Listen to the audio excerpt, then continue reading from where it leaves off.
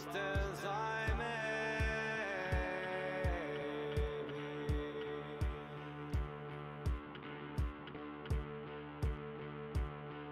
Oh, in the fog of my own noise and triviality, Grand Holy Mother, grant me clarity. I am standing on the edge of forever. One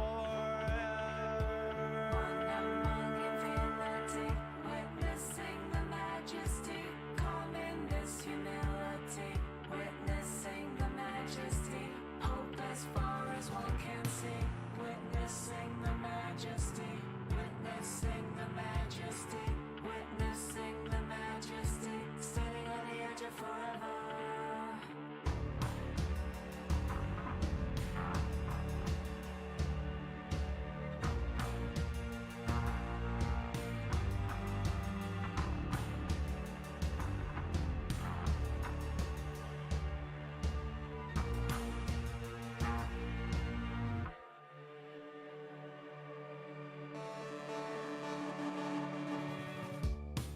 Blessed be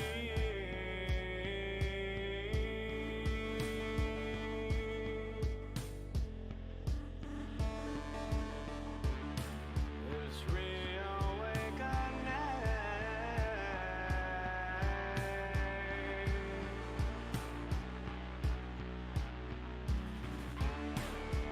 Grand Holy Mother ends my deadly slumber to stand fearless on the edge of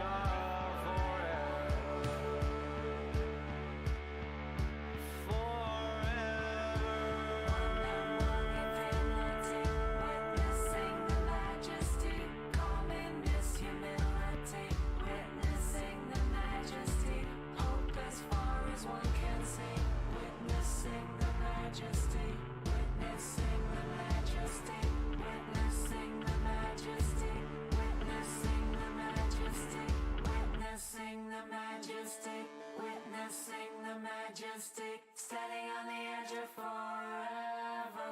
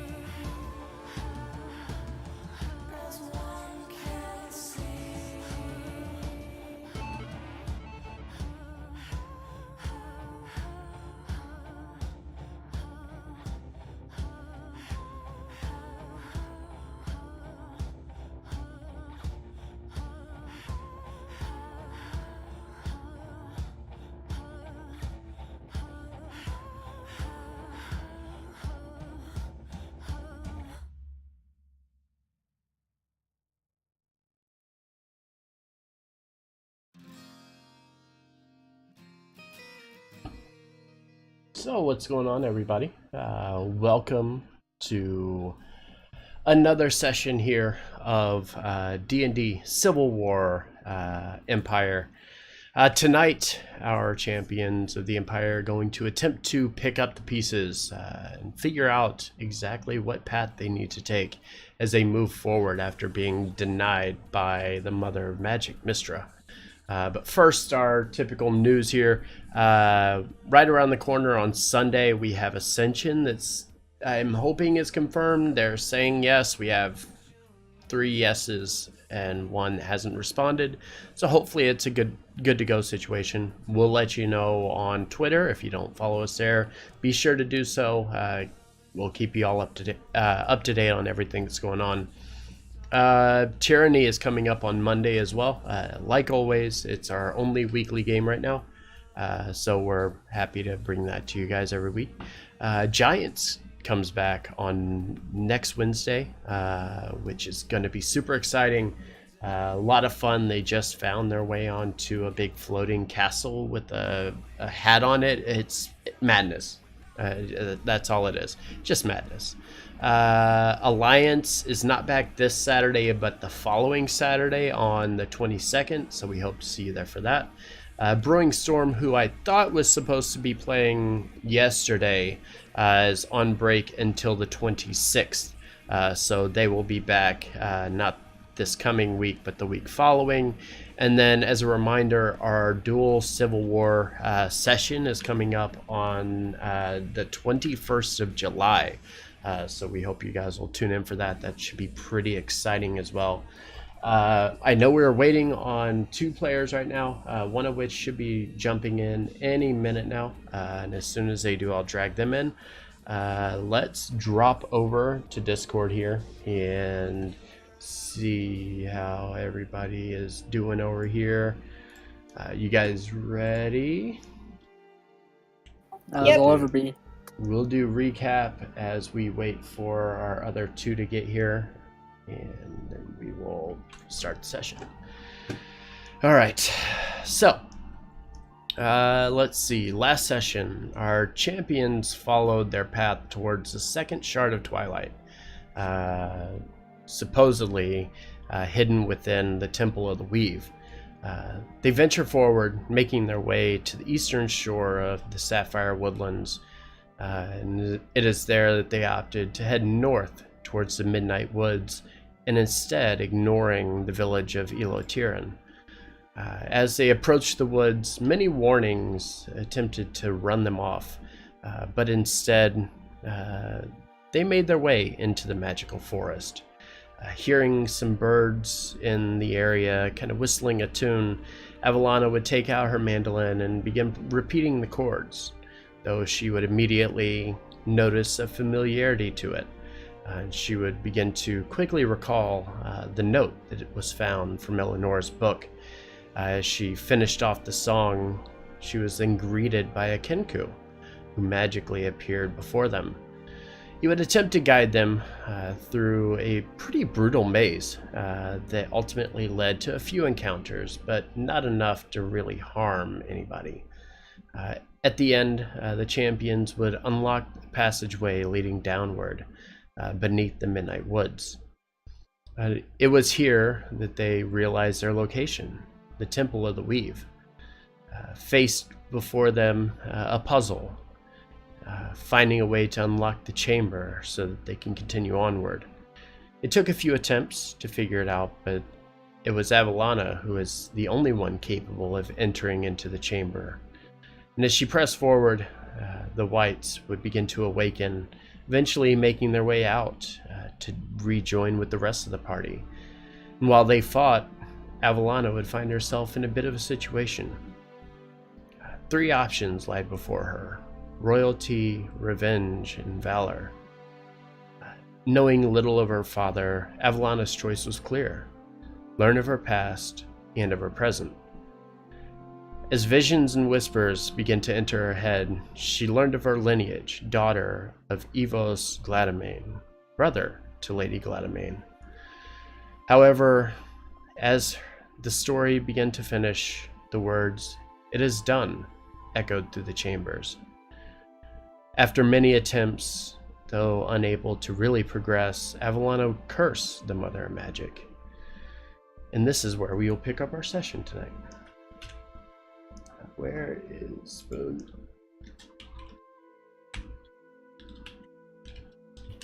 Come on, guys. It seems that faith has failed me yet again. Let us leave. Drop you over to the map here.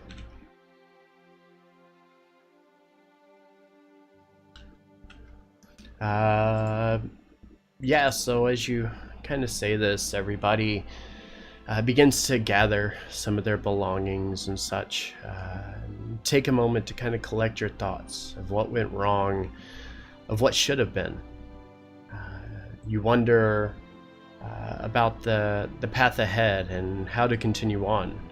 The exit from the temple, the ladder which led down into the chambers, begins to reappear, and the doorway above opens up as the rest of the chamber closes itself off.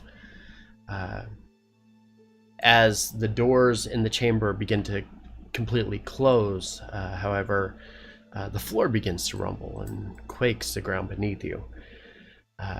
The dead bodies of the whites collapsed on the floor suddenly disappear into nothingness. As the earth-shaking rumble subsides, you hear the sound of a coin dropping to the floor, almost directly to your north, Avalana. As you begin to look around the chambers, you find another token, similar to those that had been previously found in your guys' travels. And it had tipped and fallen off the bottom of the podium, which had previously held the unpowered orb to the southeast. As you turn and make your way out of the chambers, Avalana, you feel a very calming sensation fall upon you. And in your head, you hear the following. You are young and full of anger. You are careless in combat. You risk your life and the life of others over your own foolish pride. Young bard, you must learn to temper your carelessness. Should you continue down this path, it may ultimately lead to your death and the fall of the Living Isles. Heed my word, young Avalana. The Shard of Twilight will call upon you once again, but for now, you are not ready. I'm just gonna pick up the coin, shove it into Vormash's hand, and climb up the ladder. Okay.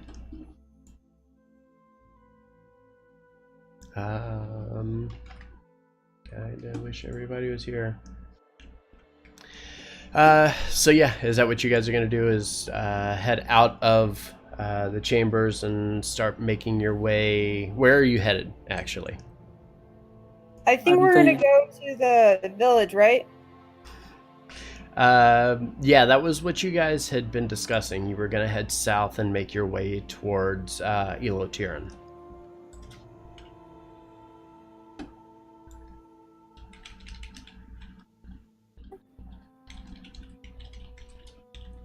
Cedric, you seem awfully talkative from the other two. Why don't we go to the village, or do you want to go straight to the mountain? I think we should head to the village. All right, let's go to the village then. All right. And as you begin to follow the trail southwest, the terrain ahead becomes a little more difficult to traverse than the one that you had taken to get to the Midnight Woods. Massive rocks begin to protrude through the forest flooring, the rock tops covered with grass and moss.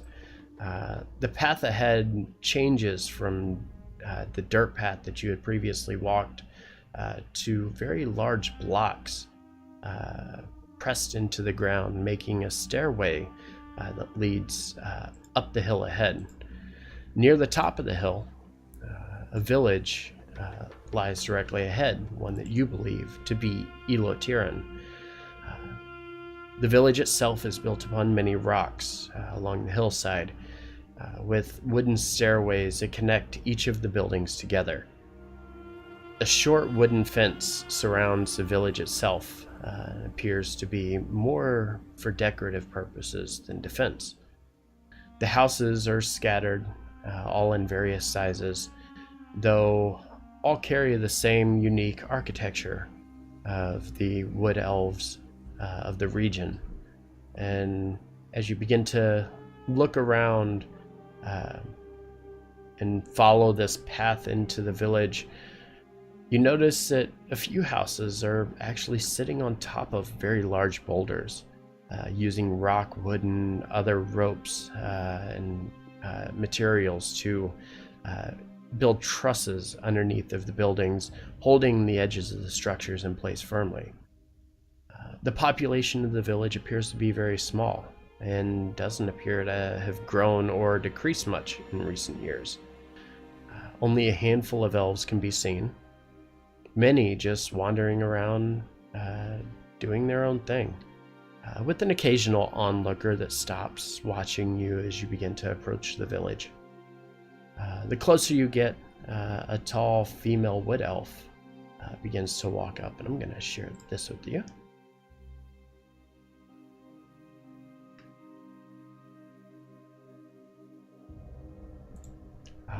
She has very light copper-colored hair, amber-colored eyes, and her clothing is somewhat what you would expect from a wood elf. Modest, with the exception of a few metal bits and some very light metal armor that covers the shoulders. At her side, a pouch, which appears to be the size of a book, slung across her left shoulder and around her right hip. And directly to the side, a small dagger. As she approaches, you notice a very small fox accompanies her, walking very closely, peeking in and out of the trees as you approach. I'm going to bring you to the map here.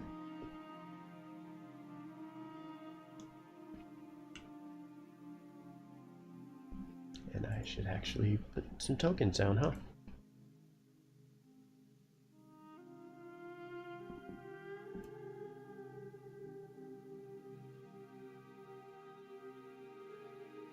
There we go.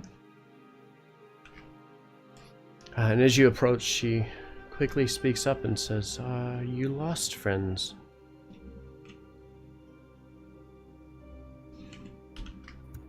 No, we aren't lost. We're just coming back from the Temple of the Weave. The temple, you say? Not many have been to that part in recent years. So you are adventurers then. How can we be of assistance? We're just passing through. We're going to this mountain. I don't remember the name of it.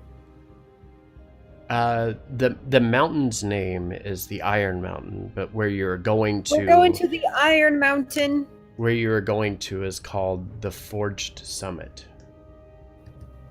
We're going to the Forged Summit. She nods and says, very well. Well, my name is Nyelin, leader of the Asanas Wood Elves, and this is our home, Elotiran. Typically, we don't venture much out of the Sapphire Woodlands, so we wouldn't be able to help you make your way to the mountain, but we do ask, why are you here in our village? Just passing through to get to the mountain. We had kind of a little rough time in the temple. And she nods and says, very well. Well, you look like you've definitely come a long way. Please, come in. Perhaps I can take you to the inn so you can relax a bit. Maybe you grab a bite to eat and drink.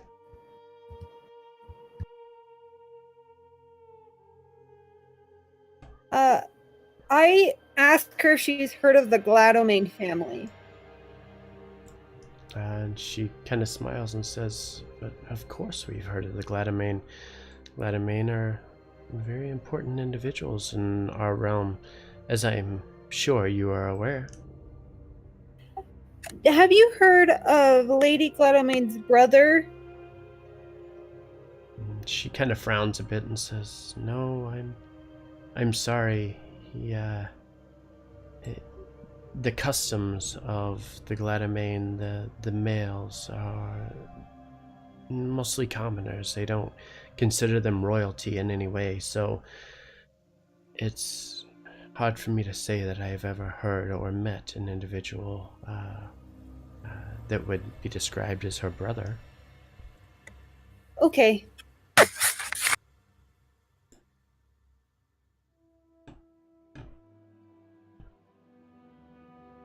Should be over here. So yeah, now that everybody's here, you had just ventured out of the temple, made your way to the village of Elatiran. You have met Inyelin, the female wood elf that appears to be somewhat in charge here. She offers you guys a place to kind of relax at the inn if you would like to join her there. Sounds good to me. Let's do it. Okay, and as you guys begin to kind of make your way through the village, she leads you back towards the inn. You notice that most of the villagers here within the actual outer wall are very kind and quite friendly. Let's see. Most of them seem to just kind of nod and smile at you, greeting you on occasion, saying hello and things of the nature. She begins to lead you all the way to the back towards a very massive tree. Directly overhead, you can see all of the branches and leaves of this tree that cast a giant shadow over the area. She kind of leads you back. You notice the closer you get, there's a dark green sign, or dark green painted sign hanging from the outside of it in golden trim work that hangs just outside of the doorway that reads "The Beer Tree." Below the sign, a very large red painted kind of rounded doorway lead you inside into this structure that appears to be carved out of the inside of a tree. And then we'll head inside. Unfortunately for this, guys, I do not have a map, so we will just do theater of the mind for this. I said it was called the Beer Tree. The Beer Tree. The Beer Tree, known for its food more than its ale, is a staple in Elatiran. Outside, the massive tree which surrounds the inn is quite visible from just about anywhere within or from the outside of the Sapphire Woodlands. However, there are only two openings in the side of this tree. The single door that you just entered from, and a small window back behind the bar. The interior of the inn is somewhat small, though it appears to have been carved directly out of the inside of this tree. Handful of tables sit in the inn, most of which are full. The patrons all enjoying their meals, many of their families sitting around just kind of winding down from their day. The bar, going nearly the width of the room, is almost entirely empty, however. It appears that the inn doesn't get very popular until later in the day, as you guys kind of approach midday here. The innkeeper, an older wood elf woman by the name of Thalau, or Thalu, I'm sorry, Theleue, serves ale to a few of the individuals sitting in the inn as the waitress starts to bring some of the food around. The food obviously smells incredible as you walk in. The innkeeper turns to Inyelin and says, "Welcome back, Mayor. And who are these fine individuals? And she kind of turns and looks at you guys and says, well, come to think of it, I didn't catch your names. I step forward and I say, I'm Avalena Glimyar. I'm a bard.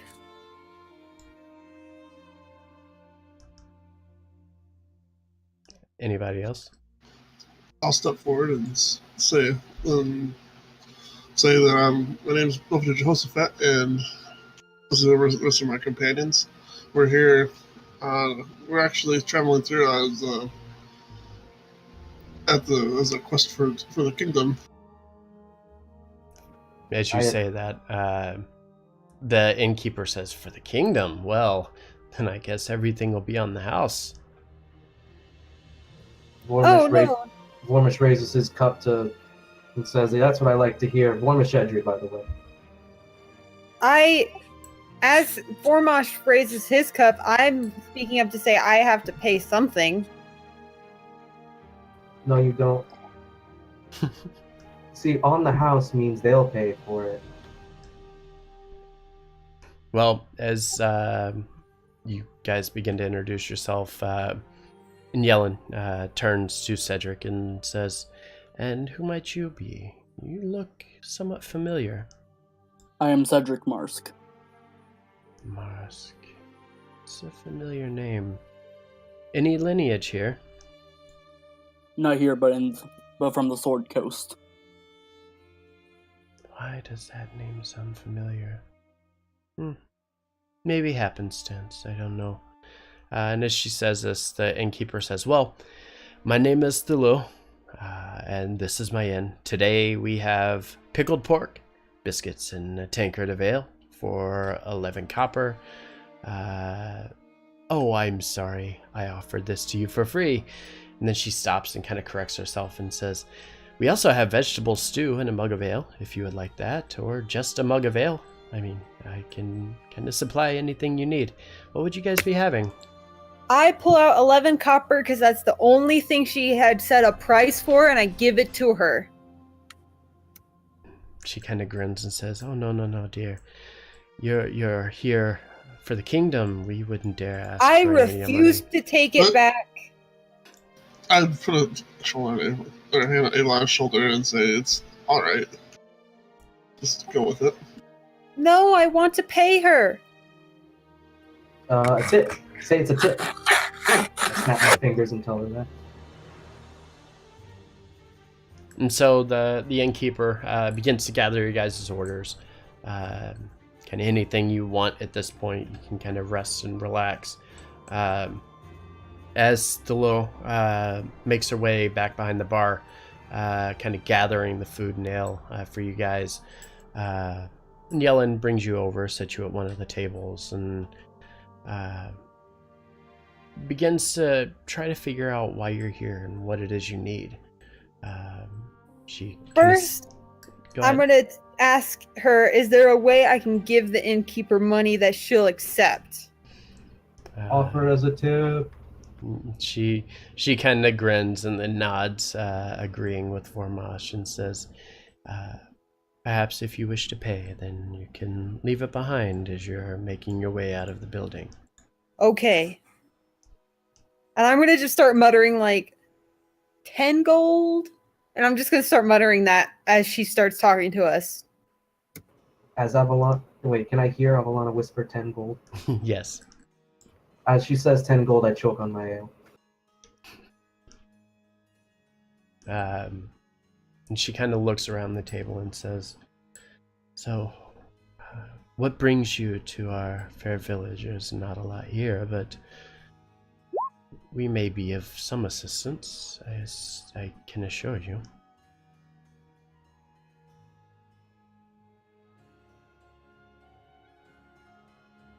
I'll over there speak up and say, well, I'd assume that you, being the mayor of this town, are aware of the things that are going on outside in the kingdoms right now in the Living Isles.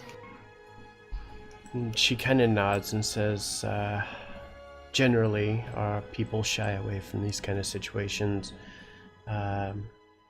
We don't really wish to be in the middle of men's arguments and such. And seldom does the realm actually impact the lives of our people here, but I know the time's coming, and the war is beginning to fall upon our lands. I can assure you we will offer aid in any way we can, though I don't know how much aid we have to offer. Over there a lot, and also say, well, fortunately, there's problems even beyond that, which is actually currently the subject of our quest. And she kind of nods and says, "And what matters might those be?"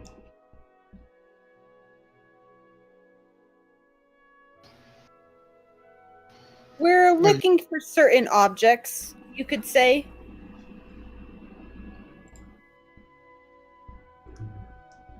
Can I insight check to see if she really doesn't like know what's going on outside of like the pending war and such? Yeah, you can give an insight check and kind of see where her head is at.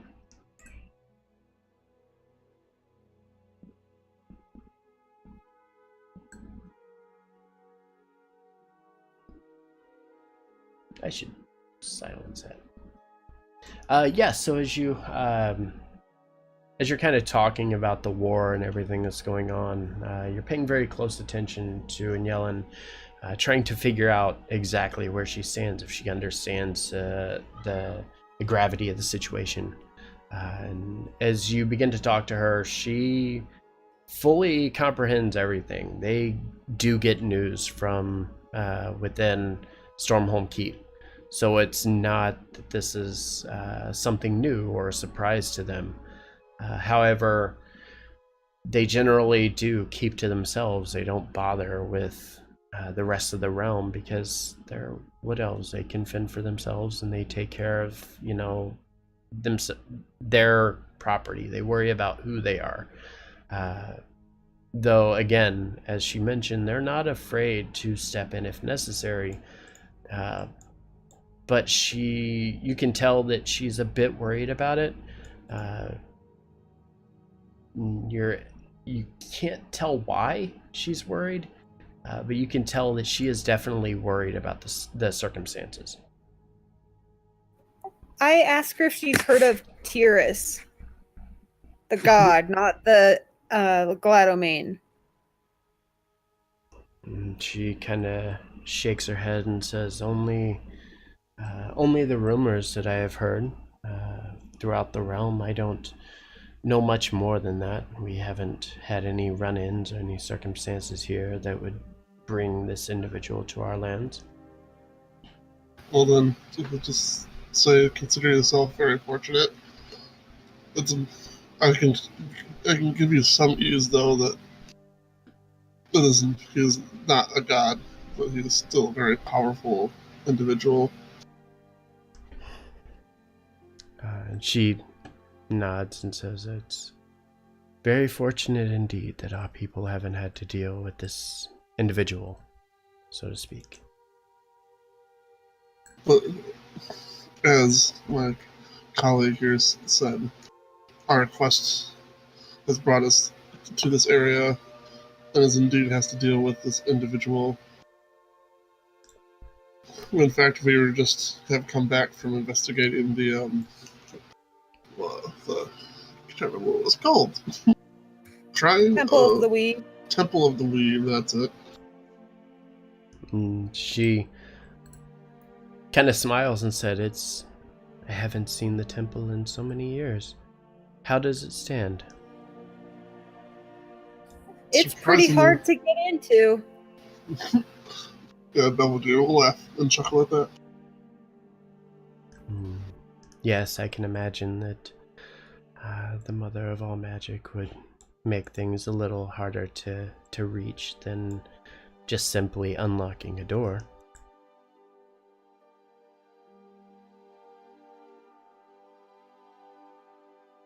So that brings me to my next question. what is it we can do to help you? You know a way to get to the Forge Summit really quickly? She kind of smiles and says, well, there are 2 paths to the summit, though I would heavily suggest sticking to the road.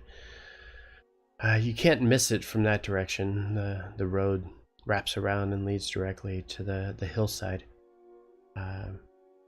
However, if you want the faster route, you could go through the hills to the southwest and make your way up the side of the mountain, but I can tell you the hills are plagued with the undead, and the hills are always watched by Ferris's minions. When you make your way around or enter into the cavern, just be mindful of your surroundings. It's been many years since anyone's attempted to enter the Fire King's temple, so you'll probably be flying blind at this point.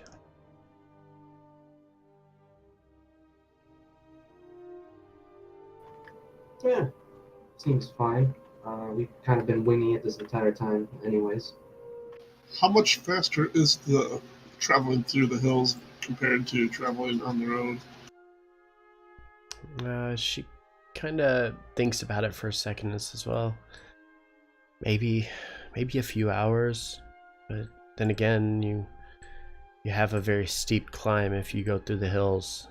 It's almost a straight up pathway to the summit along the side of the Iron Mountain, where if you take the road around and make your way to the southern end of the mountain, you can slowly wrap your way around. It's a very easy trek, a lot safer going that way. And so it's only a few hours difference in time. And she nods. Well, that doesn't sound so bad necessarily. And from what I was speaking a little bit out of character, as far as I know, we're a little bit still kind of ahead of schedule, yes? As of this point, you are, let me look at my notes here, you're about midday into day 12. That puts you about 3 days before the meeting for the treaty. So kind of puts that into a little perspective for you. So it's still on schedule anyway. Yes. You probably, at the rate you're going, not knowing much of what's ahead, you're hoping that in 3 days' time you can collect 1, maybe 2 more shards. But without that 4th shard, the one from the Temple of the Weave, you really have no idea what to expect going forward.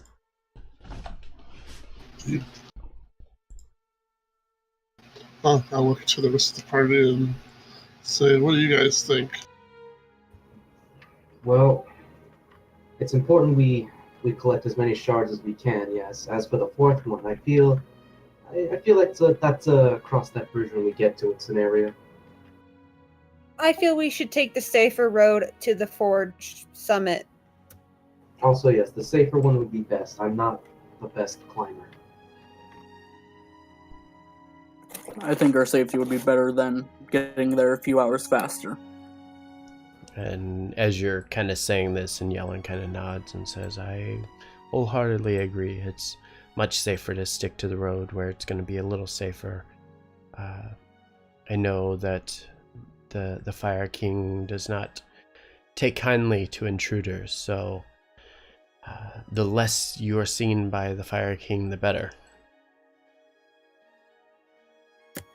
What else do you know of this Fire King?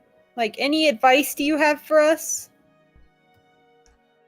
She kind of furrows her brow a little bit and thinks for a minute and says, well, the people of Clycair are far too familiar with the Fire King. He's caused much chaos throughout our lands. It's kind of hard to ever forget. Though Freyas isn't really a king, he likes to fashion himself one, though. Freyas is an abomination. His subordinates and aberrations doing his bidding below the summit. It's been a long time since we have seen or heard from Freyas. Before many of us were even born, in fact. Last I can recall, the battle between he and the Flathammer tribe ended with Freyas crushing Thanton Barrelbrand under a boulder. The Flathammer would retreat and eventually move away from Clycair, finding refuge within Rink Key. I can't say that I know a lot about the man, namely just his actions. Freyas is not a good individual. Should you attempt to find your way into the Forge Summit, heed my advice. Keep your eyes to the skies and stick to the open road. You don't know what you will find with an individual such as him, and you don't want to find yourself like Danton, now would you? Do you know what he is? She nods and says, if the stories are correct, though I haven't seen him myself, he's a fire giant. Okay, I felt like that was probably what it was gonna be. Belvedere sighs noticeably. Well, thank God I have chill moves. She kind of chuckles and says, I have a feeling you're going to need much more than that if you plan on taking down Freyas. Yeah, I feel like we should just try not to fight him. Well, as it was told to us by Lady Gladwin, there might be other alternatives to take. Other routes was which we might accomplish our goal. Maybe we can trade. Ooh, I like that. What do we have that we could trade possibly? I have a mandolin. Let's maybe cross that road maybe when we get there. And she kind of looks at you guys and says, Freyas isn't a typical individual. He prides himself on his craftsmanship, or at least the craftsmanship of his minions. Should you go into his lair and you wish to deal with him directly, know that if you plan to trade with him, he's going to want something that will better his cause and better what it is that he intends to do within the realm. That is why he ran off the Flathammer. He wanted to be the lone crafter of Clycair Island. Well, I could teach him how to sing. All right. Any other ideas?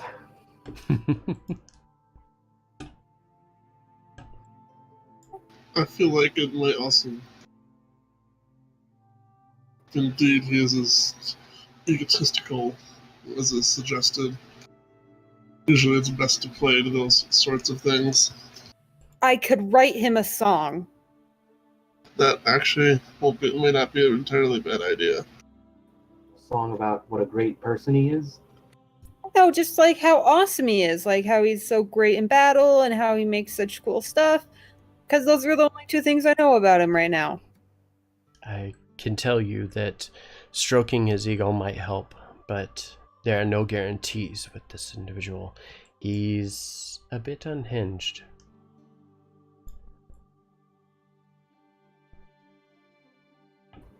Unhinged? Unhinged. Like crazy. I bet there's a story behind that. By the way, when we came into this town, did we encounter any, like, was there any stables or anything that we noticed? You didn't notice it as you're entering from the main entryway off the road, but back a little further outside of what's visible here, there is a stable there. So if that's what you would like to do, you could obviously go over there and find a steed or something of that nature. Indeed. So I'm gonna move you guys over to the map so I can give you an idea of kind of what's going on here. You guys are basically right here at the edge of the Sapphire Woodlands, just before you make to the road that heads south and makes your way back over towards the castle, or to the keep.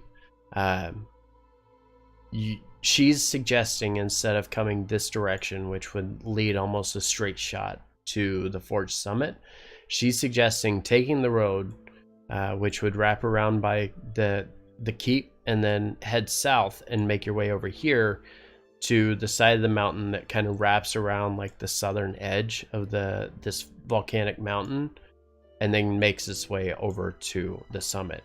It adds a few hours of travel, but you'll get a stop within Stormholm Keep, be able to regather your things. I know you sent Freddy to the keep as well, so if you wanted to kind of make your way there, that would give you the option to kind of regroup and then move forward towards the summit. And we also won't have to climb up the sheer side of the mountain. Exactly.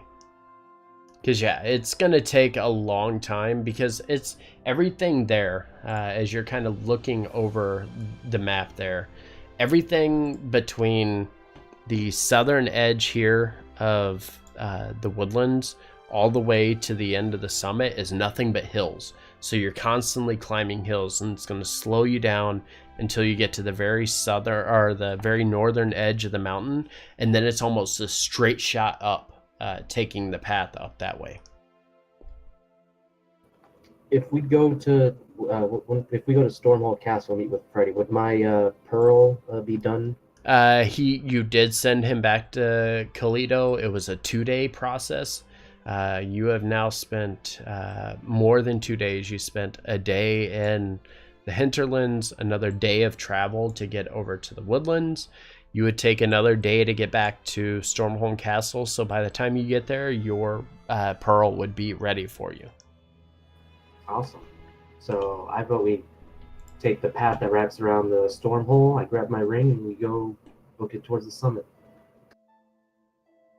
And while you're there too, you got to remember Freddy is with Kai Gladamain as well, so he could always be there to assist you if needed. He could you guys could jump on the stagecoach and he could quickly lead you there, cut a bunch of time out of your travel as well. Good old Kai. Mm-hmm. Yeah, I want to talk to Kai as well. Okay. So, let me pull this up. It's been kind of a rough day for you guys. What are you guys going to do? Are you going to hang out here in the village, kind of rest up a little bit before you prepare to head south, or are you wanting to leave out immediately and try to make travel south in the middle of the night? I thought you said it was midday. You're midday, but you're not going to make it to Stormholm Keep before evening. Well, can't we just camp? You could, if you wanted to. I say we go to Stormhole Castle, and while it's still nighttime, we find Kai, and we just sleep in the wagon towards the Forge Summit. That's a possibility. We do need to keep things moving. And first, at some point too, while we're taking a moment to rest up, I would go to the stables. And I don't know if everyone will want their own horse, or we're going to find with pairing up. Pairing up, save money. Yeah, that's money. All right, then I'll get at least one horse, and then I will summon George while I'm doing that. Also, is there like a tavern in the town at all?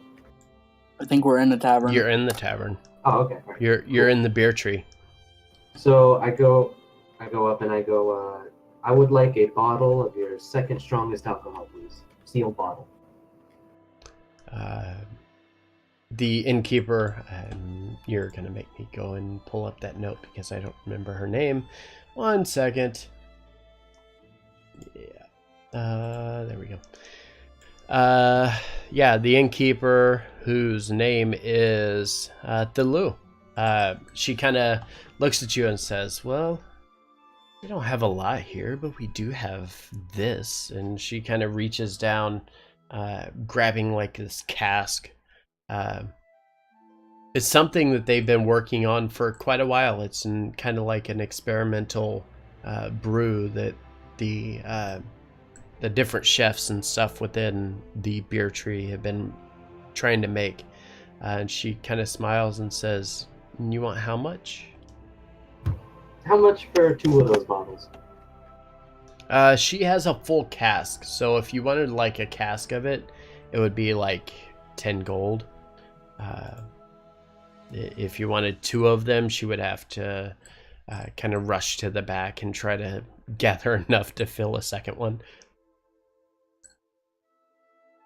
A cask is a pretty good, like, so I don't know if you're familiar with like alcohol sizes, but like you go from like a pint to like basically like larger scales of different types of actual beer glasses to instead of going straight from that to like a full like a barrel or I don't know why I'm having such trouble with this right now because I'm a beer drinker. It's like a smaller version of like a keg, basically, is the best way to describe it. It's just a very small batch of whatever it is that they're brewing at the time. All right, I'll take 2 casks. And she, as I mentioned, she gives you the first one and says, well, give me a minute, let me go to the back. And she kind of rummages through the back, exiting out the backside of the beer tree, down some steps where they are starting to brew a second batch. You hear some voices echo as she kind of pushes them to finish the next one. And then 10-15 minutes later, she comes back with a second cask and brings it over to you and kind of smiles, obviously taking the gold, very happy to make the sale. Thank you very much. I don't know why I was struggling with the word So keg. tell me more about this special brew. What's so special about it? She kind of smiles and says, well, it's our own special batch. We use some of the wood of the trees in the land, and we mix some of the finest rum that we could find along with some of the best ale in the area. It's very potent, very strong. I would suggest not drinking it in large doses, though. Sure, whatever you say. And I want to just quickly get a little sample of it and just like taste a bit of it. As you kind of taste it, you definitely taste the hint of rum and like a barrel-aged kind of flavor from just the various trees in the realm. When they make their barrels, as you're kind of getting a taste of it, it has various different flavors of the oak that is kind of pulled from the trees.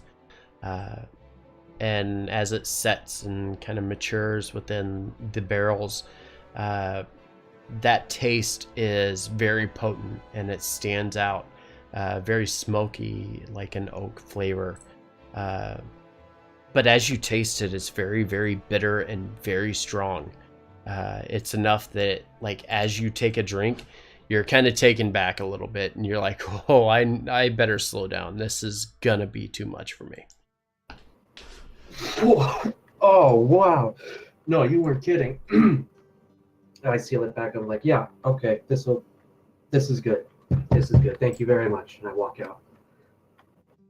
All right. So the party is opting to forego their free stay within the inn and head south immediately, making your way to the keep. Is that correct?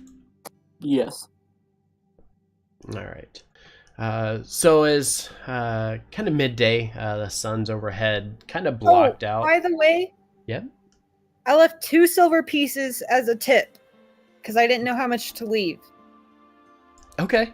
Yeah, so you leave that, and obviously they weren't expecting a tip. They were there to do all they could to kind of make you guys feel comfortable and thank you for what you're doing. So they appreciated the little extra that you left behind. As you kind of gather the rest of your belongings and get ready, and Belvedere makes his way over and kind of heads over to the stables to procure you guys a couple of mounts to make your way to the keep. Not a lot happens. It's kind of quiet. Like I said, the village is very simplistic. There's not a lot going on. And as you kind of make your way back south and get ready to head back towards the road, you kind of turn and thank and yelling for the hospitality and make your way towards the gate out of the village. As you get closer to the gate, you open it up and most of you guys walk out. One of you hopping off the horse to turn around and close the gate behind you. Your eyes immediately fixate on the sky, where a flying boulder comes crashing down out of the air. This magma-filled rock plummets to the ground and crushes the house to the southwest, and then bounces and begins to roll down the side of the rock in your direction. I need all of you guys to go ahead and roll me a dexterity save, please. Oh, goody. Oh, goody. God, I'm holding 2 casks. But I'm holding casks of alcohol here. Okay, Leave me that's alone. not terrible. That's not terrible. It could be worse. Everyone, I'm assuming we're all standing close enough that you'll get +3 from my aura. It could be worse. It could be that worse. Hmm? Hold on. If I use my arcane deflection to add 4 points to that save. You cannot deflect a giant boulder that is coming in your direction. I'm sorry. That's what you think. You can try, but you can't. So it says here I can add 4 points to a saving throw. If I'm hit by attack. It's not an attack. It is a rolling Okay. rock that is coming your direction. And as it rolls down the hill, unfortunately, Vormash, as you hopped off the horse and kind of closed the gate back behind, you are suffering some of the punishment, and this boulder rolls in your direction, dealing 6 bludgeoning damage, and you are knocked prone immediately.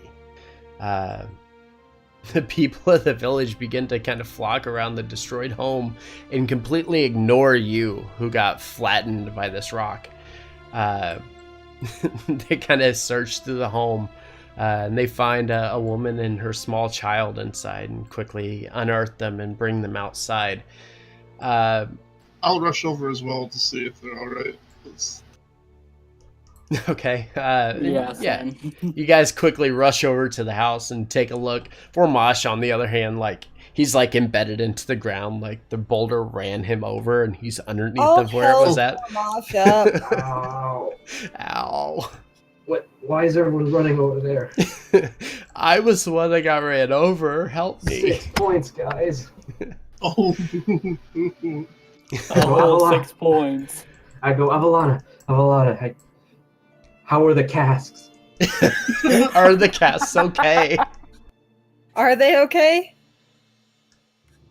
Give me an investigation check. Both of us? No, just her.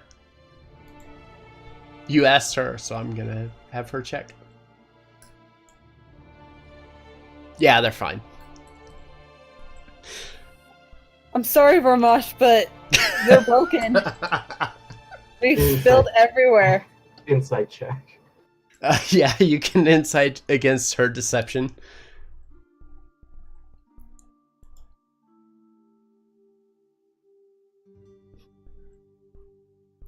Oh. You see right through it. She's trying so hard to keep a straight face, and as she's saying this, she's begins to laugh as she's telling you, and you can tell she's definitely not serious. I'm gonna go easy on you because you had a pretty rough day, but don't scare me like that ever again. In this life and the next, for real, don't fucking do that. Okay. Now help me out of this boulder, please. I help him up. Yep. So you help him out of the ground. As you pull him up, there's literally an imprint in the ground of where his body was laying underneath of it. The house is kind of torn down, pretty well beaten after the boulder had crashed into it. Taking a closer look, you guys know that this kind of boulder would definitely be something flung from a fire giant. As you kind of gather your stuff and kind of regroup after all of the chaos for a minute, and you make your way southeast and head back towards the road. You notice that the road itself is pretty quiet, like almost like that's not the first time that those boulders have fallen. As you kind of make your way through, you see several boulders very similar to that one that hit the house. Starts to plague the roadside. However, the closer you get to Stormholm Keep, the eerie quiet begins to change, and a few travelers begin to appear on the roads. The welcome sight of Stormholm Keep looms off in the distance. As you enter into the keep, once again, it's a bit of an awkward feeling. The people of the city fashion like a little disguise really quick. Like before you guys get inside the village? No, before I go into the keep, yeah. I like find a way to cover up my face so no one can recognize me. Okay. Oh, would you like me to help you? No. Damn it, alright. Okay. So Avalana kind of hides herself. The rest of you, what are you guys doing? Are you guys gonna just continue on? Or try to hide away? I have no reason to try to hide myself. Okay. We need to just find Freddy and Kai and get out of here ASAP. Yeah, so as you kind of make your way in, the people of the city begin giving you guys a much different look as you approach. Kind of staring in your direction, watching very closely. The parents of some of the smaller children begin shielding them and hiding them as you pass by.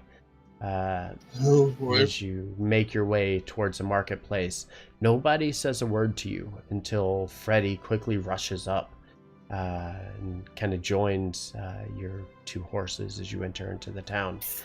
And Freddy quickly speaks up and says, "Sir Belvedere, is that... It's really you?"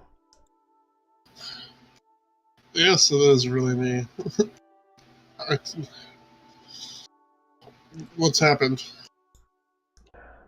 Well, thank the gods that you're here. I've been trying to tell these people that you're not the imposters. Nobody seems to be listening. They have only complicated things, sir. Where are they now? Well, they were back in Kalido. They had already made their way through before we got there. The night before we arrived, they killed the guards and opened the gates to the city. The undead attacked. Lots of them. There were many casualties. Most of the people were fleeing from the village, but there was nowhere to run. There were so many. By the time the militia had organized to rid the city of the undead, the imposters were long gone. Someone watched as they headed south and made their way towards the keep. Kai and I were fortunate enough to quickly cut back through the keep and kind of protect ourselves. We managed to get here before they could reach here.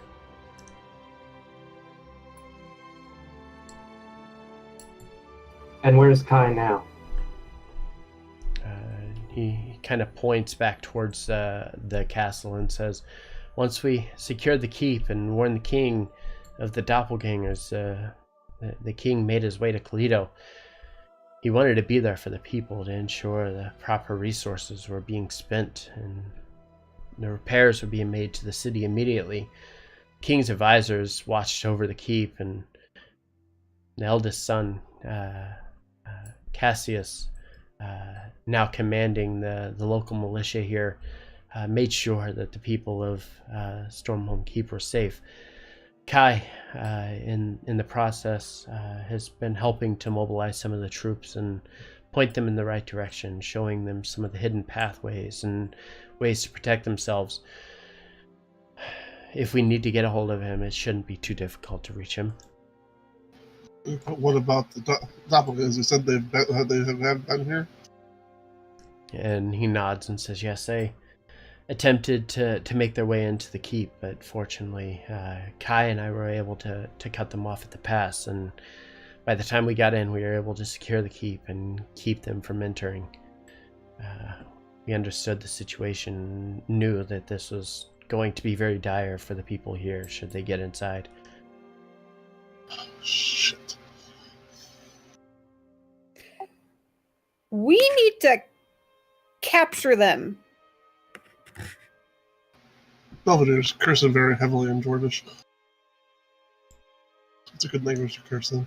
It is. It's a very good language to curse in. And as you kind of say that you need to capture them, Freddy obviously nods and says, I fully agree. I think these individuals are just going to continue to cause trouble, and there's not much we can do to stop them. If we send people out, they're just going to kill them. They're far more powerful than we are. I wonder if we can, like, bait them into coming to us somehow. What time of day is it currently? It is late evening, so you guys left midday to try to make your way back to the keep. It is now approximately like 9:30 p.m. All right. And I'll return to look at Freddy and ask. You said that they tried to get in, but you guys were able to thwart them. Where did they head after this? He kind of thinks for a second and says, well, they headed back to the T, and he kind of points over in this direction where the T in the road is and says, it looked like they headed south, but I have no idea where they would have went after that. Perhaps they are heading in your direction. Perhaps they're making a loop and going to make their way back to False Harbor or Lamera. I really have no idea. This is not good. Wherever they go, this is not going to turn out well. At the same time, we're already on a time constraint that we can't. We waste any time we spend off of our task. It just makes it that much more difficult. I think what we need to do is to just keep going on our task and hope that we find them along the way, or they find us. There's not much we can do about them without knowing where they are. Has there been messengers dispatched to warn the rest of the settlements and villages and such? So as you ask that, Freddy kind of nods and says, yes, when I spoke to King Stormhome, he immediately started dispatching messengers in each direction, trying to warn the people of what has been occurring. And unfortunately, that may mean that it's going to make it a little more difficult for you as well. Well, that we can deal with when it comes to it. It's better that we deal with issues of not being allowed to get in instead of the aftermath of our doppelgangers already having caused more issues. And he kind of nods and thinks for a second and says, oh, wait, I have something. And he reaches down to his pouch and pulls out the ring that Vormash had asked for to be made. And he walks over and hands it to Vormash and says, when we stopped in Kalido, thankfully, I was able to take a few moments to gather a few items. And this was ready to go for you. Kai, of course, brought me back here to the keep. He, again, has offered his services should you need them. Yes, we are going to be needing Ty's assistance to help us get to the Forge Summit. And thank you for the ring, by the way. I very much appreciate it. Slip it on my finger. As you mention the summit, he kind of stops and walks over to Belvedere and kind of like reaches out and like places his hand on the side of Belvedere's arm and says, "Sir, I've spoken with a lot of people about your journey, and more specifically about the summit. It has me a little bit worried."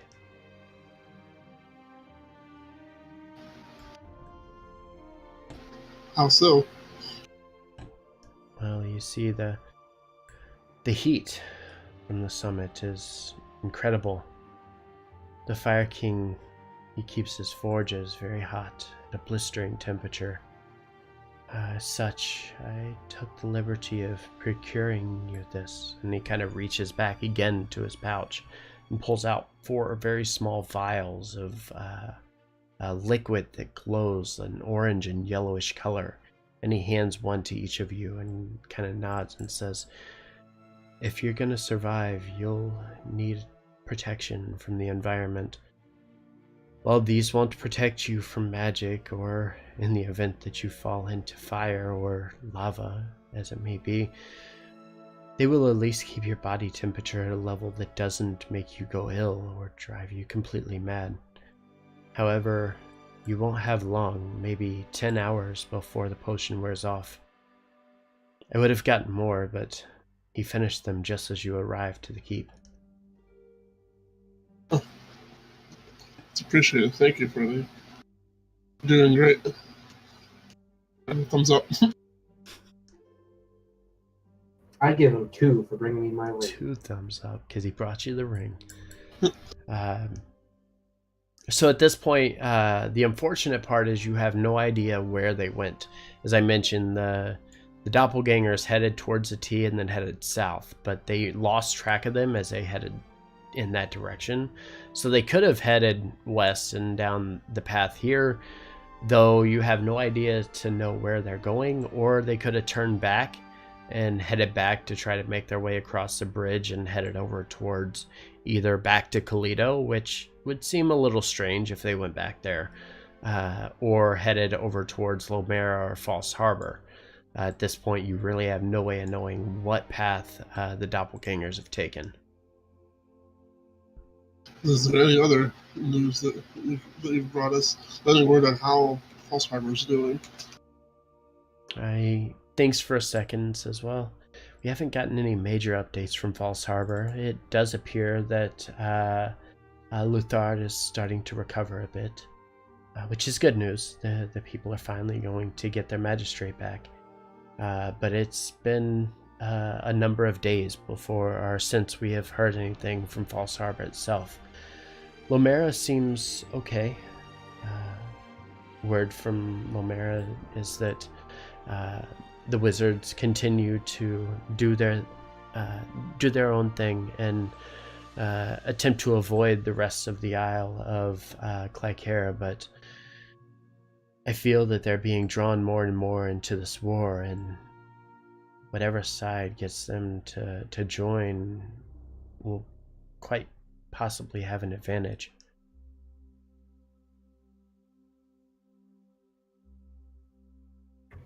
Well, let's pray they make the right decision.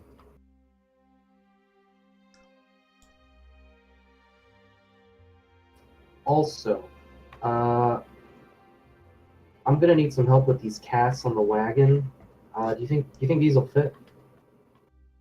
There would be plenty of space on. From your knowledge of Kai's stagecoach that he has, there would be plenty of room for all of the things you guys are carrying, so you shouldn't have any trouble with that. Awesome.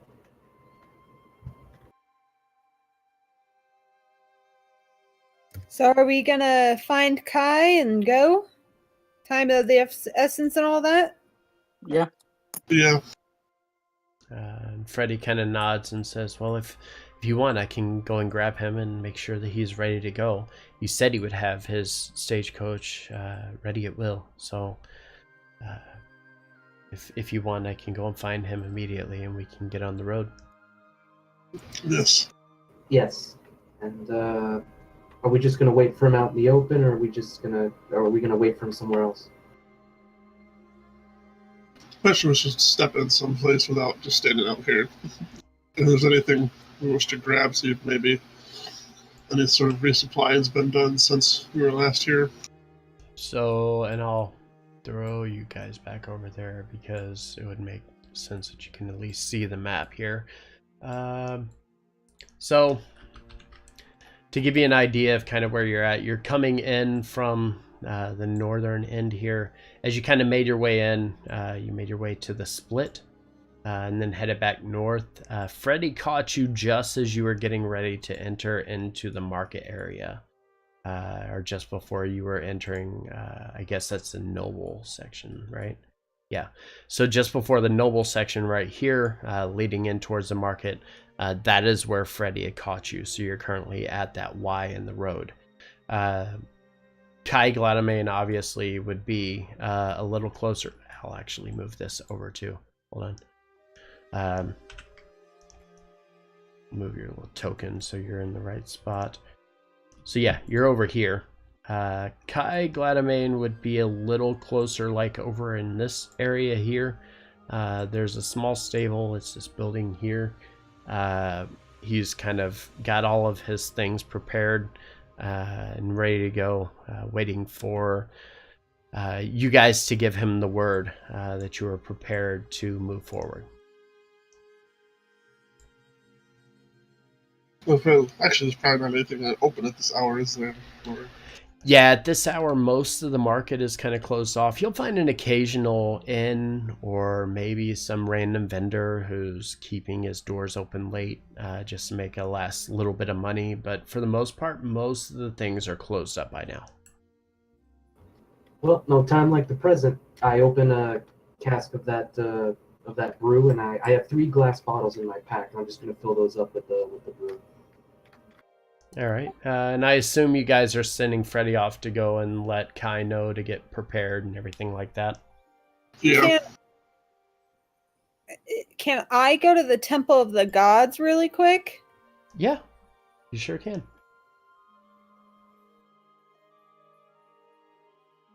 So off in this direction here, map marker number 7.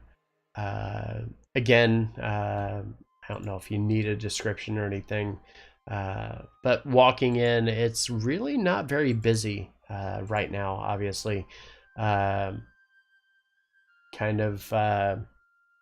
Because it's so late in the evening, most of the people don't go here. Again, it's kind of quadrilateral building connected underground to a couple of buildings in the direction to the north. Which allows the members of the clergy to freely travel between the buildings to which they eat, sleep, and serve their god in the privacy of their own quarters. It's very decorative, and as you kind of look around, you notice it has a little something for everybody. It's not focused on one specific god, but on all of the gods. Do I see like a assistant priest or someone who could help me out? Yeah, there's a member of the clergy that's kind of watching over the inner part of the temple whenever you enter. He kind of keeps his distance. He's not, they don't try to bother anybody while they're within the temple. They let them, worship under their own power unless asked for. Well, I'm going to go over to that guy. Okay. Hello, sir. And he kind of nods and says, well, hello, miss. What can I do to help you? Do you have a shrine to Mistra? And he nods and says, but of course, we take care of all of the gods here, and we make sure that your invocation to your god can be performed here with without any trouble and quickly rushes you over towards the northeast corner of the building to where you see Mistra's symbol. 1 second. It's it's several stars around a circle with a kind of like a wavy path that leads up to the topmost star. And he kind of walks you over and says, is there anything else that I can do for you? I don't really know how to worship.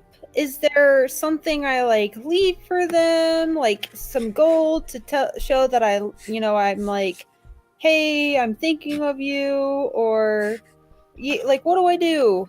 As you kind of say this, he kind of smiles a little bit and says, no, it's not that. Think of these monuments as focal points. If you want to speak to your god or bring thoughts to the individual of which you worship, you take a moment and you think from within and explore from within. You'll find a connection eventually. It may not come at first, and it may take a while, but eventually you'll feel that connection. All right. So, I take a minute and I like bow my head, and I look very unsure the entire time I do this, but I bow my head and I'm just like thinking, and I'll message you privately what I am, sending up to Mistra later. Okay. And then once I'm done with that, I'll go back to the group. Yeah. And feel free to send it over in Discord if you want. Just send the message there and that'd be fine. Yeah, that's what I'll do right now. Okay. And yeah, you take a few moments and kind of similar to before, as you were, you spent quite a long time trying to feel that connection between you and Mistra. As you prayed to her, you don't feel there's any connection. It feels very one-sided. Your words going out, but there's no response. Mistra doesn't say anything. She doesn't respond in any way. While it would be discouraging, you know that from your most recent situation as you were making your way out of the Temple of the Weave, you felt that it was her speaking to you, and you felt that connection. And it didn't have to be you doing the talking, it was her. In this situation, you again don't feel that there's any connection. It just feels hollow and empty. And that doesn't stop you though. That you continue to try to spend a little bit of time to show to her that you're truthful about this. This is what you want. This is what you want to do.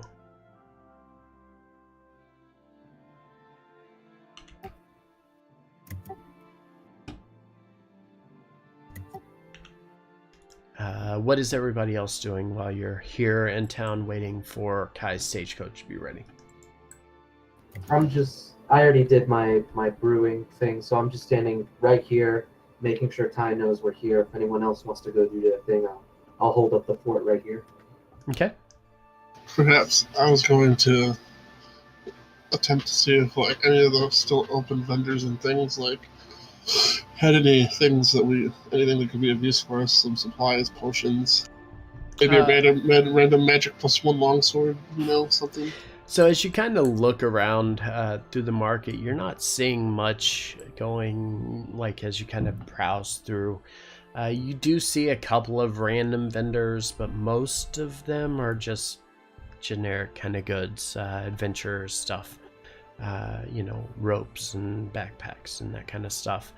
You'll find the occasional vendor that's selling some rations and things of that nature, but all of the magic stores have long been closed down. They closed down at dusk and will not be reopening until dawn.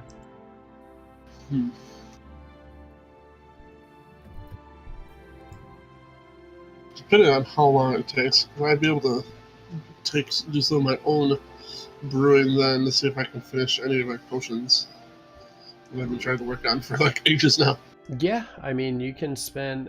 Kai would probably be ready within the next 30 minutes. You wouldn't be able to get anything accomplished really by then. You could maybe prepare ingredients again and get everything situated. You'd have more success as you're on the road making your way to the summit than you would trying to do anything here within town. Mhm. Well, then one other thing would be if a particular vendor that's still open might have things that would constitute for like climbing equipment. Yeah, they would have stuff like pittons and ropes and hammers and backpacks and stuff like that. Anything that would be under like an adventurer's pack or an explorer's pack, stuff like that, you would be able to find that kind of stuff right now.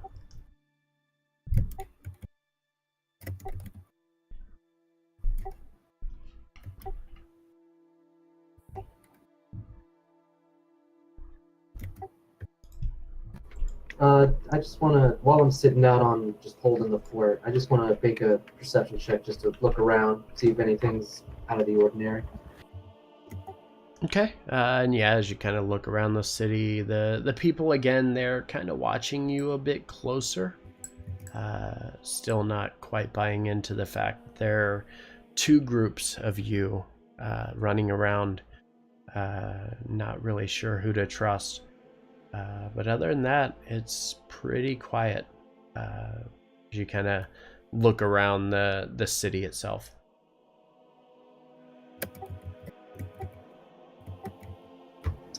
I'll just sit tight, just wait for everyone to return. Okay. All right, and Cedric, anything? Nope. Can't say anything I need. All right. So at this point, we'll stop. We'll take a 5-minute break real quick. When we come back, the stagecoach will be ready. You'll be able to load up the stagecoach and prepare for your trek towards the Forge Summit.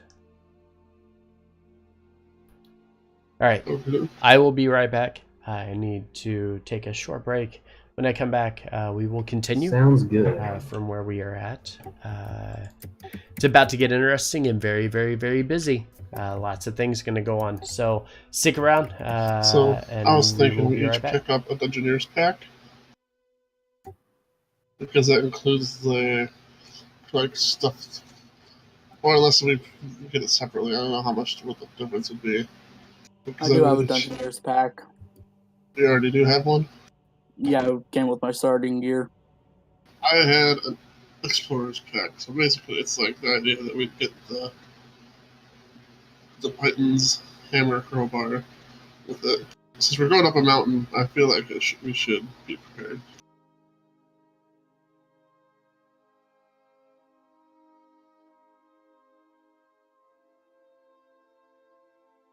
Oh shit! Burglar's pack's like the same thing. You're using more random shit.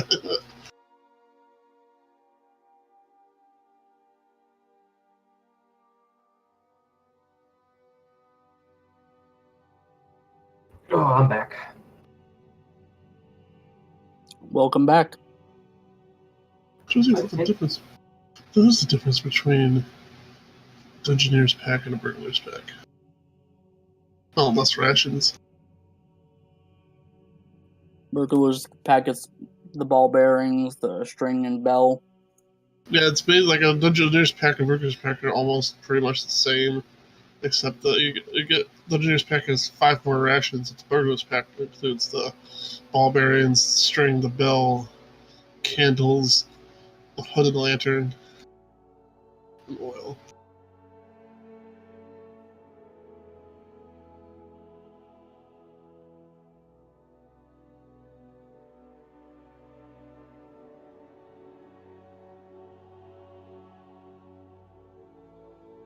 Yeah, I can't wait to get to that Forge Summit. Indeed. Sounds like it's going to be a great adventure. Oh yeah, hopefully it doesn't take longer than 10 hours. Well, I don't think we should obviously take the potions now, but, you know. When we I start. think he's saying hopefully it won't take 10 hours inside the dungeon. Fair enough. That'd be one long dungeon. 10 So- hours long?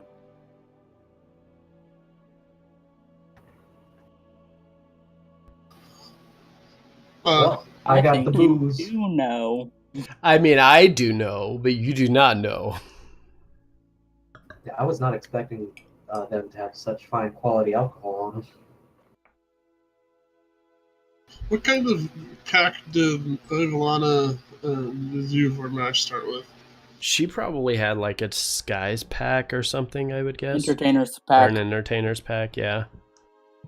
I comes had, with a, like 2 costumes and Mhm. things like that. I had a scholar's pack. So we should probably, both of you should probably pick up the Dungeoneer's pack, at least. Won't we just need like a climbing gear or something? Well, whatever it comes, however that works out. I mean, I'm not sure what the individual price for all that shit is, but we should definitely each consider picking up. Like, I'm guessing this is on the things. low chance, but could I buy splint mail now? Because I just realized I had enough. It's closed right now. I figured. At this hour, it would be closed. I mean, if you wanted to wait till morning, that's No. different. But I mean, you're looking at it's rolling over into late night. Probably going to What do be you mean early there's not morning. an all-night...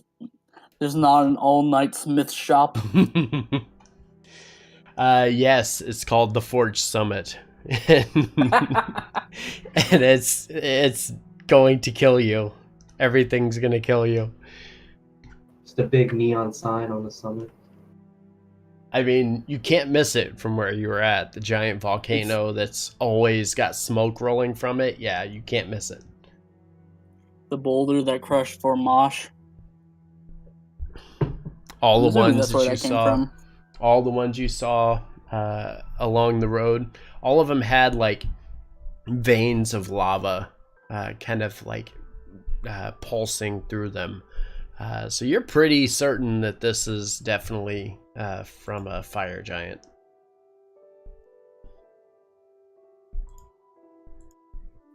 Goody. Yeah, gonna be fun. If only you knew what I had in store. I got Ooh, very worried when you said dexterity saving throw. Are fire giants considered elementals? No, All right, they're gotcha. considered giants. Shit, I totally forgot there's a thing called the Climber's Kit. Like legit a Climber's Kit. Yeah. Mhm. Comes with like things to set your position so you can't fall more than 25 feet.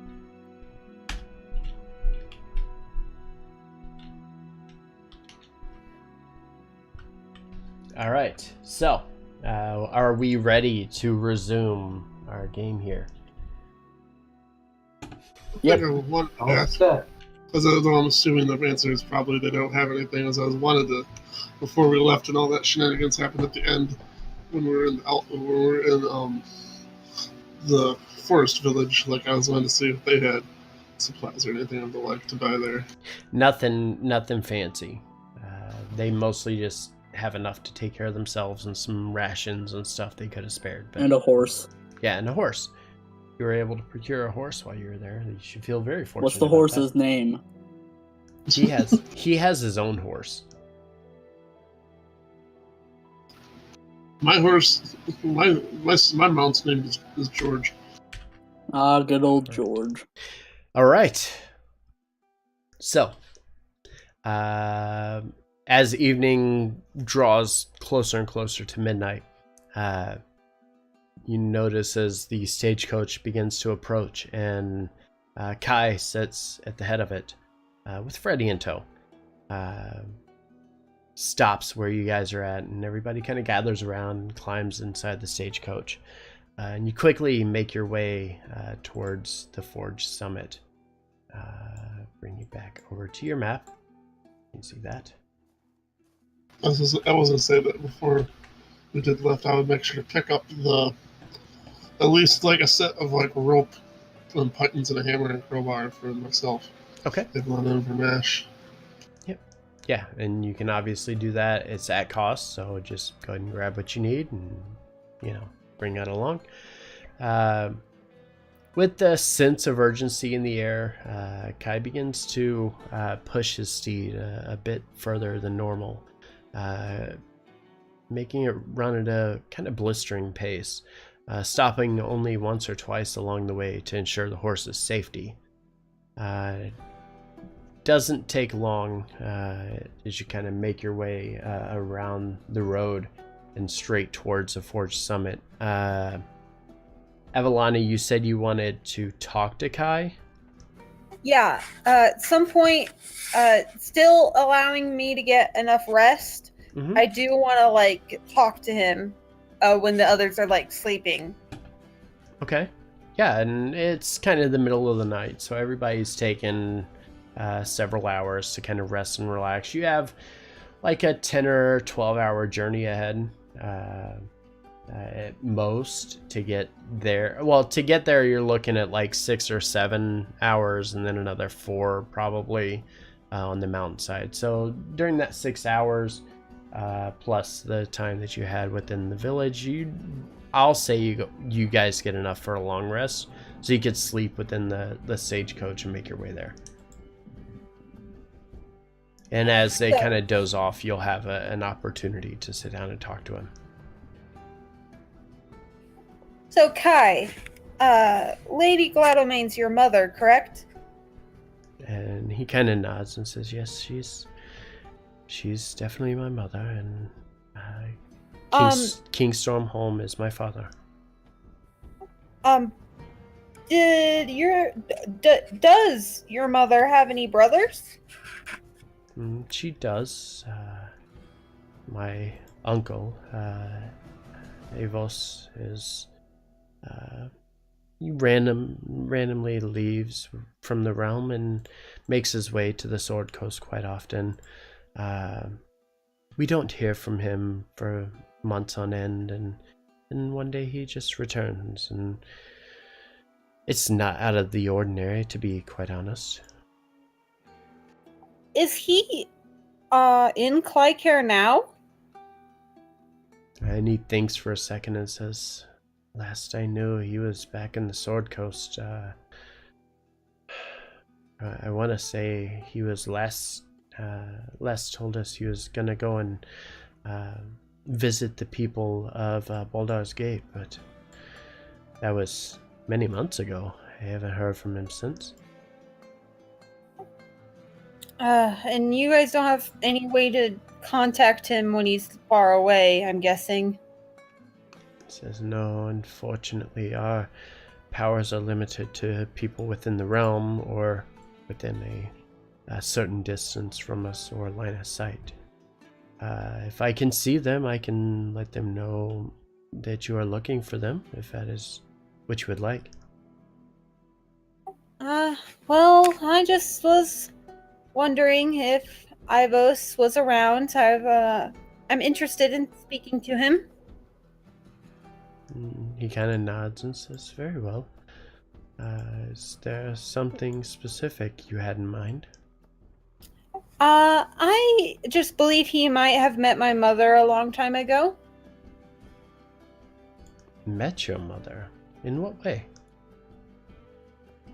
I'm not quote unquote. Sorry. I'm not sure exactly. That's what I want to find out. Very well. Well, any way that I can help, I would be happy to do so. Well, if you see him, just let him know that I'm looking for him, I suppose.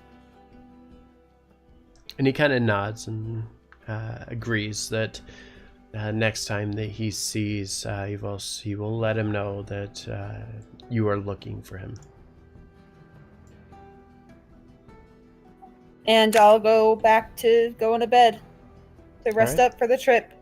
All right. And as you guys kind of rest, you... Well, hold on. Yep. Vormish didn't go to sleep. He didn't hear the conversation. He doesn't want to hear about that. But when Avalana comes back to sleep, he asks her, so you went to that temple of the gods back in Stormhall, right? Yes. And I assume you prayed to the same god you've always been praying to? Yes. Well, I'm not going to ask you what you said. That's your own thing. But I'm curious. Why are you so obsessed with gaining the approval of this god?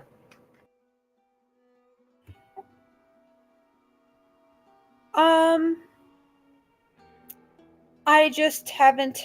I guess you could say parent issues. I haven't had a parent figure in a very long time. My mother died when I was young. And I don't know. I just want the approval of someone like that, I guess. I see.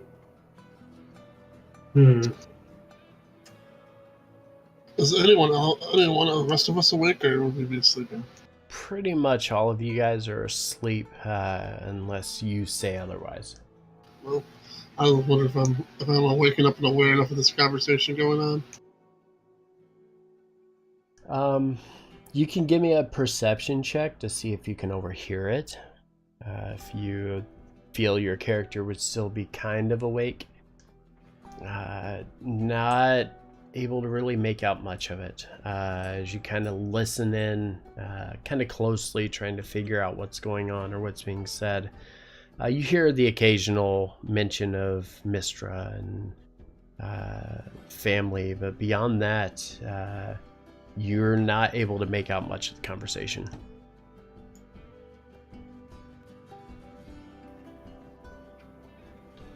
All right, so I guess I can understand something like that. It's just I personally have never ever cared about anyone's approval. I didn't care about what gods thought of me. I spent the better part of my life studying, working my ass off to get to where I am, and I'm still, after all that, after what happened in False Harbor, I'm treated like a villain or a heinous criminal. But I just never cared, is all. So thank you for telling me the truth. And, Well, I don't want the approval of everyone. It's just certain people. no, I get that. I get that. By the way, just- do you have the coin I handed you?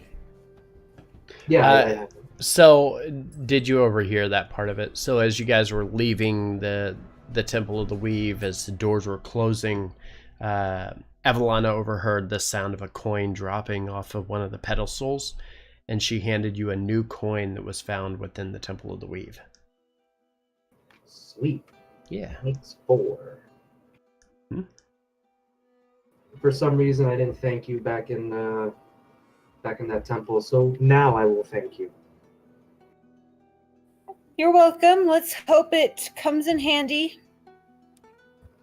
Yeah. Okay. So, yeah. And before I go to sleep, I go, for what it's worth, I think you're okay, and then I go to sleep. But just all right. Thanks. And I'm gonna go to bed. That awkward thank you at the end. So yeah, it doesn't take long before you guys reach the foothills of the Iron Mountain. With the sun slowly beginning to set off in the distance. Well, actually, it's midnight, so the sun's starting to rise, not set. It appears that you've made it just in time. You hop out of the stagecoach and begin to prepare. You immediately feel the sense of the heat radiating from the top of the mountain, and it is just tremendous.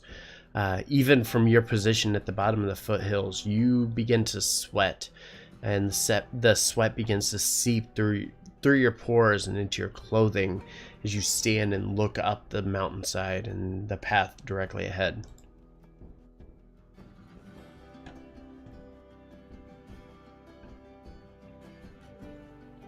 Well, here we are. So it begins.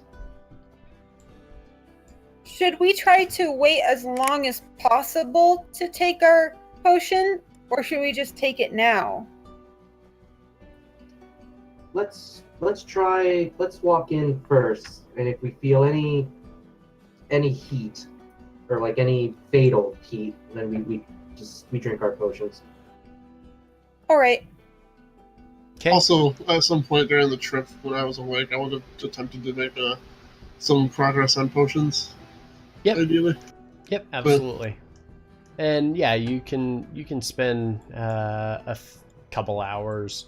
I mean, the thing with downtime or your long rest is it doesn't have to all be sleep. So if you wanted to spend an hour or two trying to figure out the potions that you're making and such, you could definitely do that.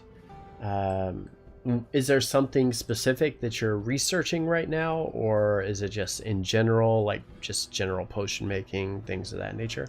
Oh, based earlier, since on what we're on things that we know we're coming up against, try to do potions of healing and then potentially potions of fire resistance. Okay. Go ahead and give me a 1d6 on the potion of healing and a 1d4 on the fire resistance.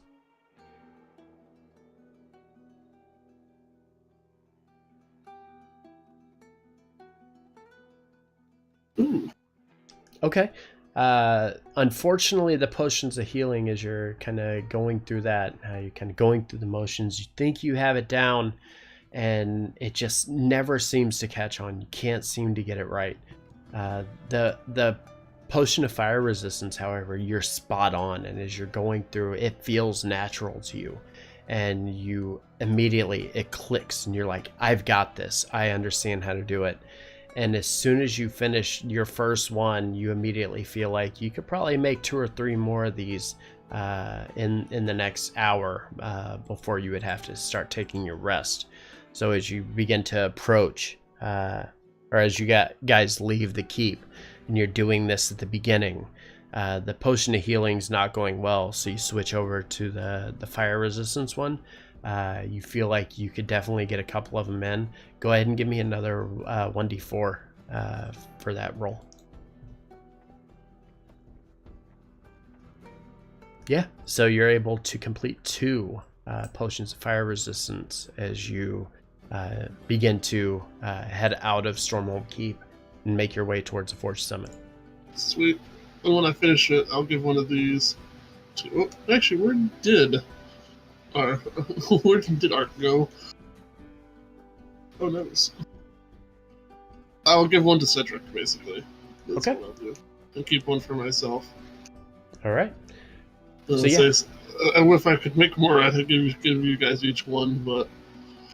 Yeah, just not enough hours in the day, unfortunately. So yeah, you're at the foothills of the Iron Mountains. You're way right here. Kai and even Freddie have accompanied you along the path here. They sit at the wagon. They will either stay behind here at the bottom of the foothills or head back. That would be your choice. It's completely up to you.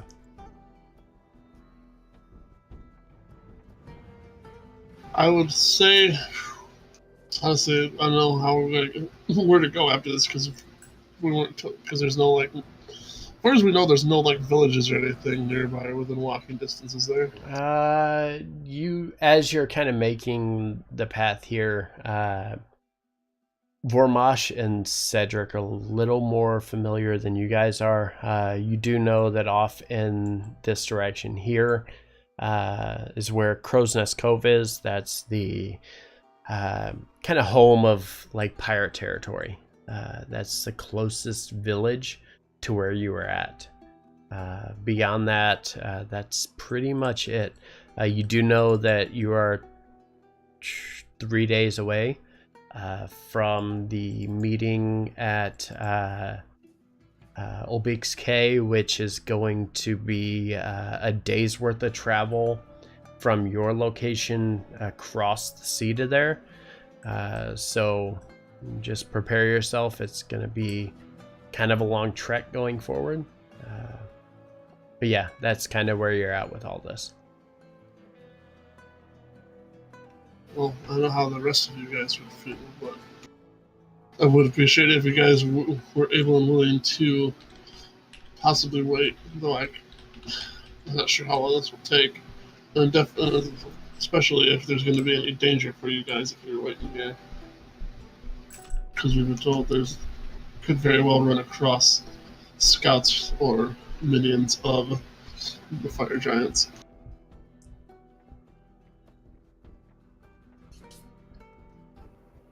You're more experienced with these kind of things than I am fighting. What would be your call? I guess the better question to ask to Freddy and Kai, would you guys be all right with possibly waiting for us here? Freddy kind of nods and says, I believe we'll be okay. If you want us to stay here, yes, it's a little warm for my liking, but we can stick around and wait for you to return.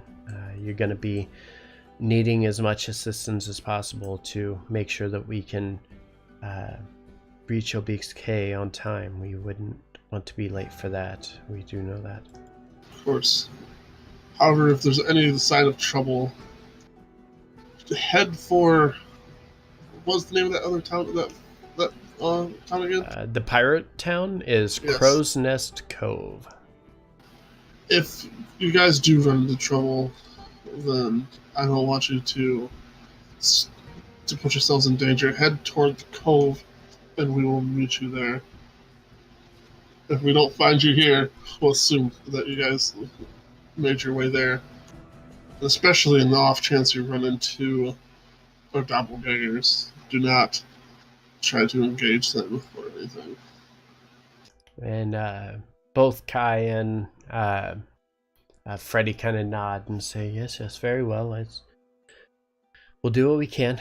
We'll try to stay here as long as possible. If we run into any trouble, we will immediately head to Crow's Nest Cove. If you need us, we'll try to find refuge somewhere within that town of Villainy.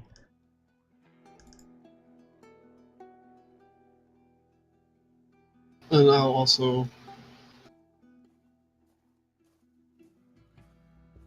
I'll give Kai the 20 gold just in case. Okay. And he thanks you for giving him the gold and appreciative that you guys are trying to take care of him. But path ahead, it's not going to be easy. As mentioned, you guys know the where you stand, you are sweating bullets right now. It is so hot even at the bottom of the mountain. The way that this path works, and I kind of mentioned this before, but I'll go ahead and mention it again. From where you start here at the bottom here, you'll make your way around the southern edge of the lip of the volcano. There's a path.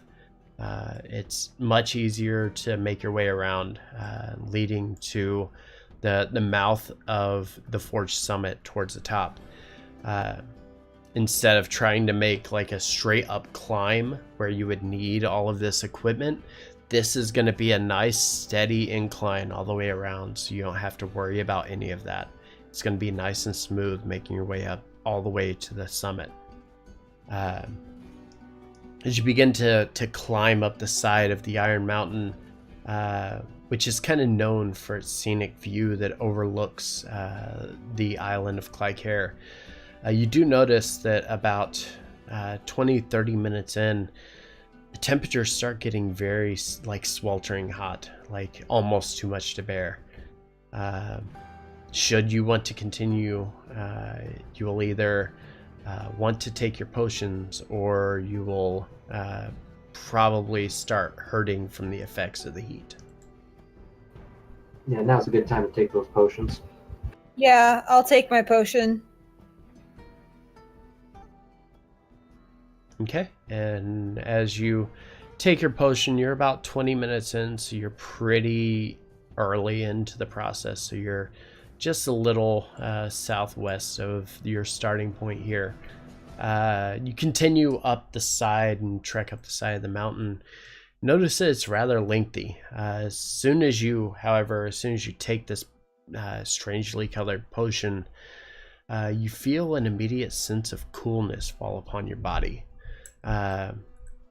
From the moment you down this, the coolness sends a chill throughout, though it's not cold enough to make you uncomfortable. Cedric's back, by the way. He's in the waiting room. Okay.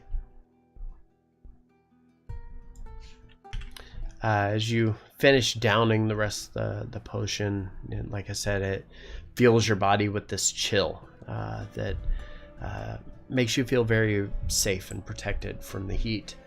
You're fairly certain that taking this potion will help you make your way all the way around to the summit.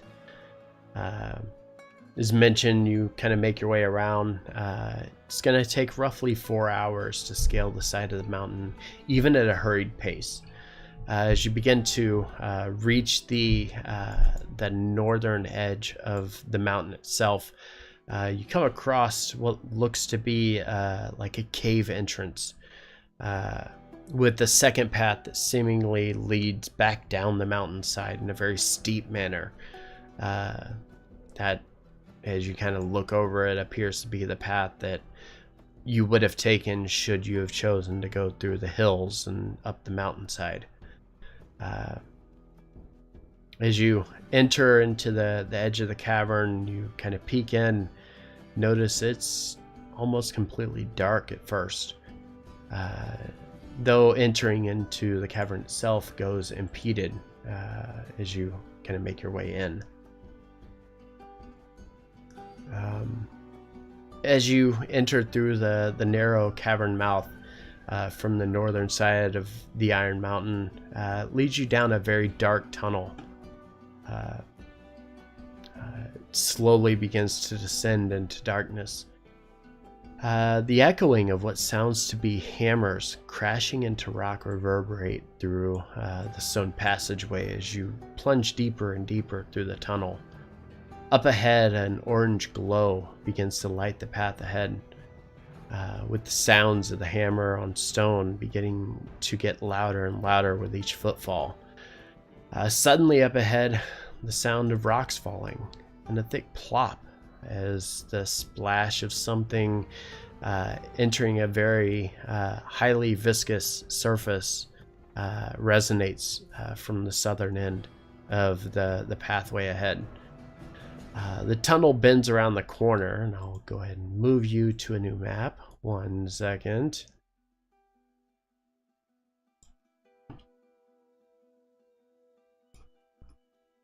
Let me find you guys.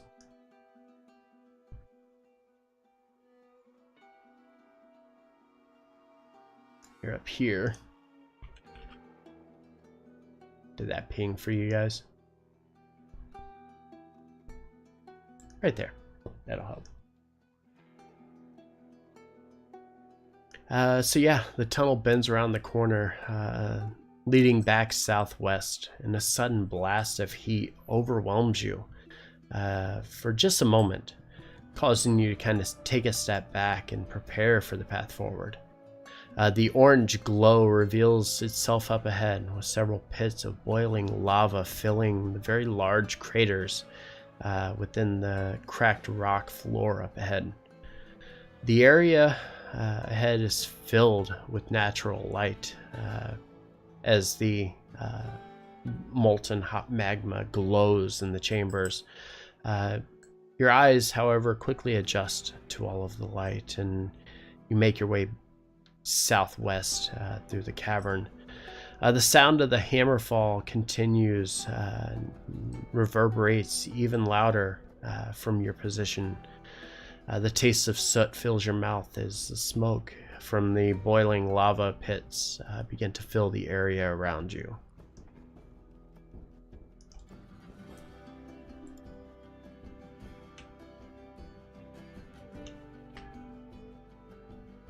What are you guys doing? Well, this is. Should we announce our arrival? Absolutely not. I'm inclined to agree with Vormash. Okay, I won't play my mandolin. All right. So what are you guys doing? I'm gonna walk forward slowly. Yeah, me too. Slowly, like trying to be stealthily about your footsteps. Well, I was thinking slowly, like maybe there's no like broken rocks, like there's no lava, making sure there's no lava underneath the rocks we're walking on. Yeah. And as you kind of look down, you notice the pit here, where the rocks have kind of caved in. You see some cracking and stuff along the way. But for the most part, as you kind of place your foot along the rocks, it feels pretty firm and secure where you're stepping.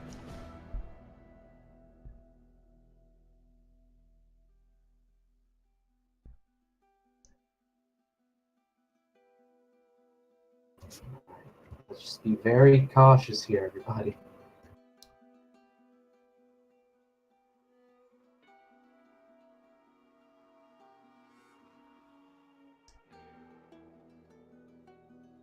Yep. So far as you're kind of walking, as I mentioned, the heat as you're kind of walking through here, you would feel that it would be very hot. Even with your potion that you had taken, it doesn't feel. It's not comfortable to you. It's even with that potion, it feels very warm. Like you're surprised your skin's not melting, kind of warm, you know.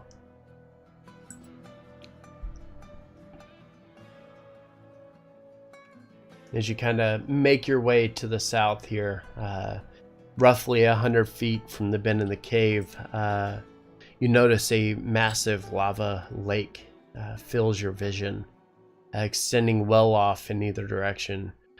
As you kind of move into the chambers, you kind of finally notice the sound of the hammers pretty clearly. Several dwarves with dwarf-like beings with flames for hair and beards, hammering away a bit in some of the chambers off to your southeast.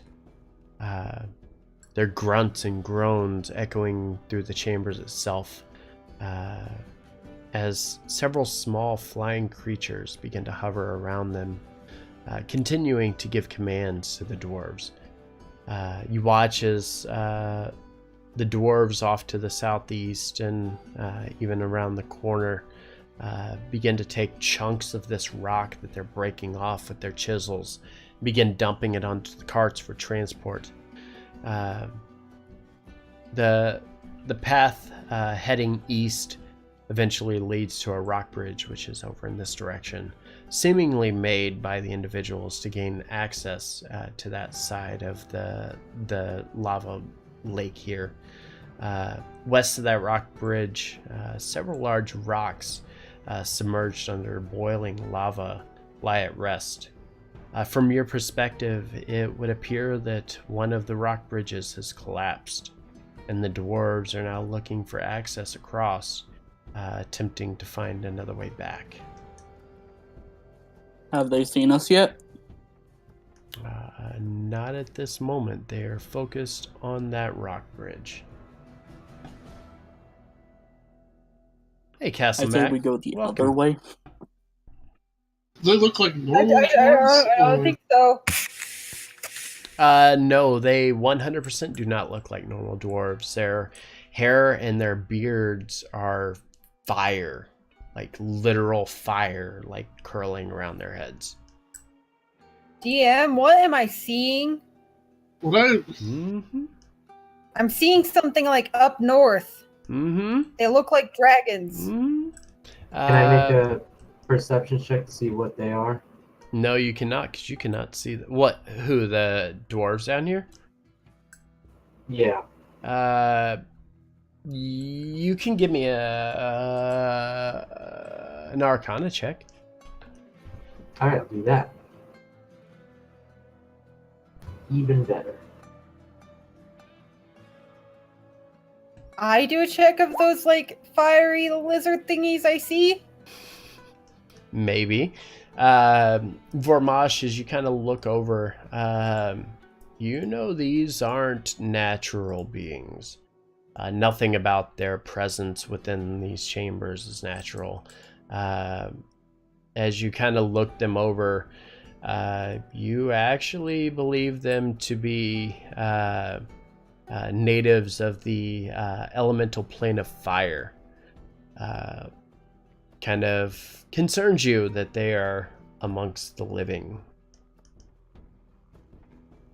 Avalana, go ahead and give me a perception check.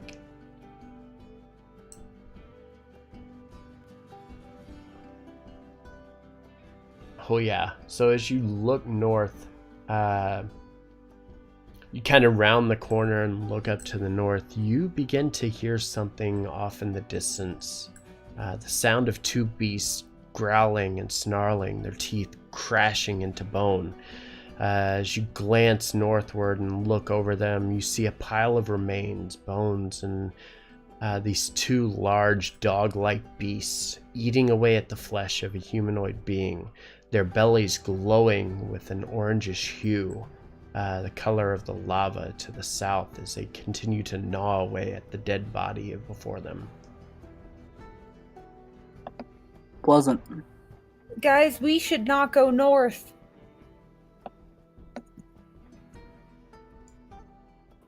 Why? What'd you see? There's some fire-breathing lizard dogs, What? and they're eating a person. Well, that sounds spectacular. How big are they? They roughly stand about 3.5, 4 foot tall, and about 5.5, 6 foot long.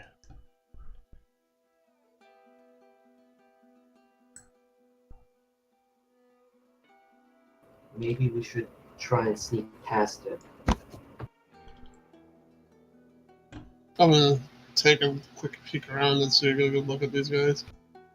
And similar to Avalana, you kind of look to the north.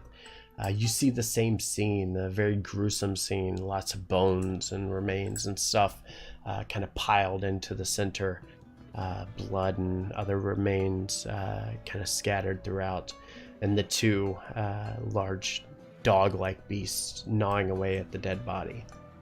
Thank you, Rendus, for the host. Very much appreciate it, my friend. Well, that's spectacular.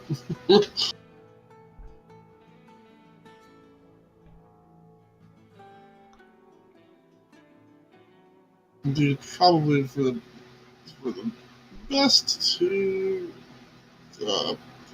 not engage these if possible. Okay, so what are you guys doing?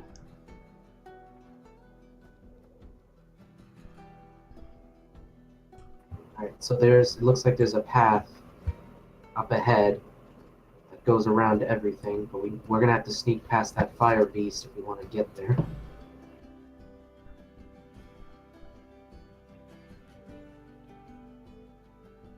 What's everyone thinking right now? How do I sneak in chainmail? At disadvantage, obviously. Can I try to stealth past that opening? You absolutely can. So do I just roll stealth? You would roll a stealth check, and you would get 30 feet of movement on your stealth check. Okay. If that is what you choose to do.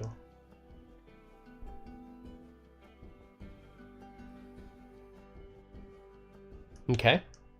Anybody else joining her? Before I do, is there any way... I want to try and distract the beast. Can I cast catapult at one of those bones and just fling it in like a direction, and then they go see what that was? So you could like cast it over the pit and make one of the bones like shatter across the back of the room if that's what you're wanting to do. Yeah, to distract them. Yeah, you could do that. All right, So I do that. If you want to cast Shatter, you can go ahead and do that and make the bone fly to the back of the room. And as it kind of collapses into the back of the room, you immediately watch as the two dog-like beings quickly hover right over top of it, kind of looking it over a little bit. And if you are wanting to continue on stealthily, as Avalana is doing, you'll need to give me a stealth check. All right. I could do a stealth check, or I could cast Misty Step and instantly just meet her on the other side. You could. You absolutely could. I'm not risking the roll. I'm casting Misty Step. Okay. What's the rest of you guys doing?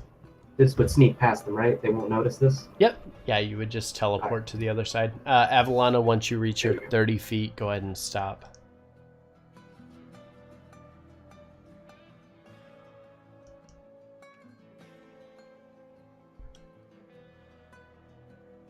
Okay. Cedric, same thing. Yeah. Okay. Ouch. Ouch. Fortunately for you, thanks to the quick thinking of Ormash, you got a bonus to your stealth check. You were able to make it there undetected by both the beings to the north and the south. If you would like to continue forward, you need to give me an additional stealth check, however.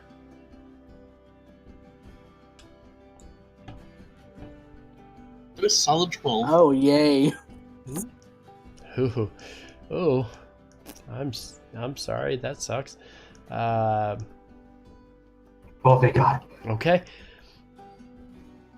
Unfortunately, though, the group average is not where it needs to be, and as you continue sneaking around the opening, the beasts to the north suddenly stop, and the one to the south here, which was gnawing at the bones of the bone that had kind of shattered or broken across the back wall there, turns around, kind of lifts its nose up in the air, giving a bit of a sniff, and then immediately turns and starts rushing in your direction, the second one following directly behind it. I need I still move everybody... my 30 feet, though. Yep, I need everybody to roll initiative, please.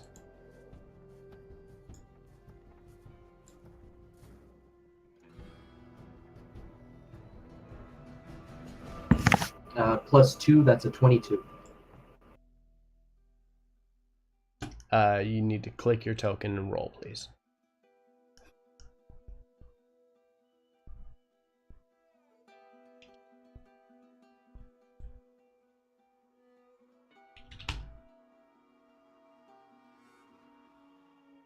Okay.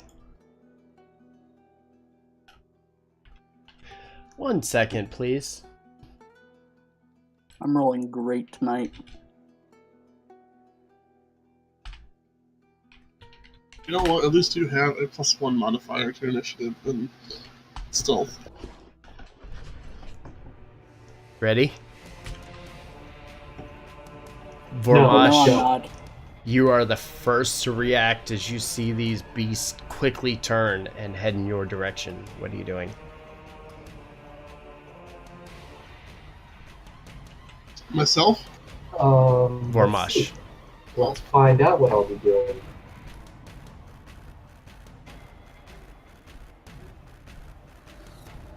Okay. These beasts, are they what are they? They sure are. Are they considered, let's see. Are they considered celestials, elementals, fae, fiends, or undead? Maybe. Why do you ask? Alright, I want to cast Magic Circle on the spot on my current location. You realize that takes a minute to cast. Or 10 minutes to cast. I can't remember. It takes 1 minute. Yeah, that would take Yep. a while. So it would take 10 rounds for you to cast that ability. Alright, never mind. Alright, here we go. In for a penny.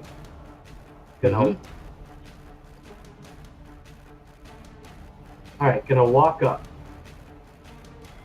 30 feet. 15, 20, 25. That's 30.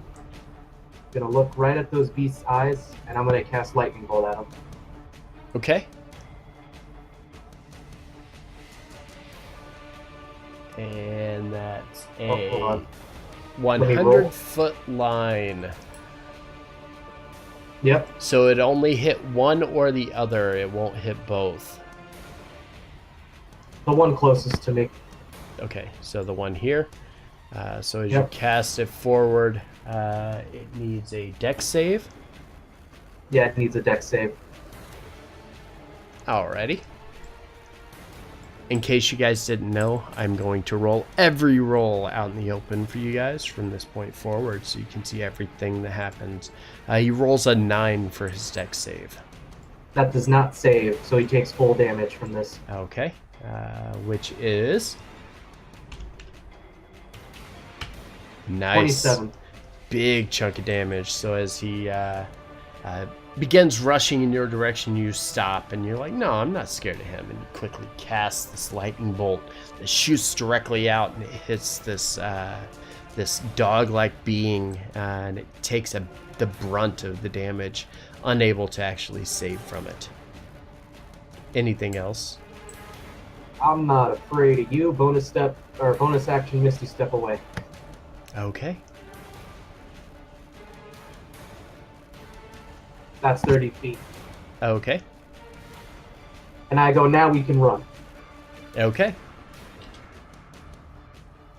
Yeah, that's the end of my turn. All right.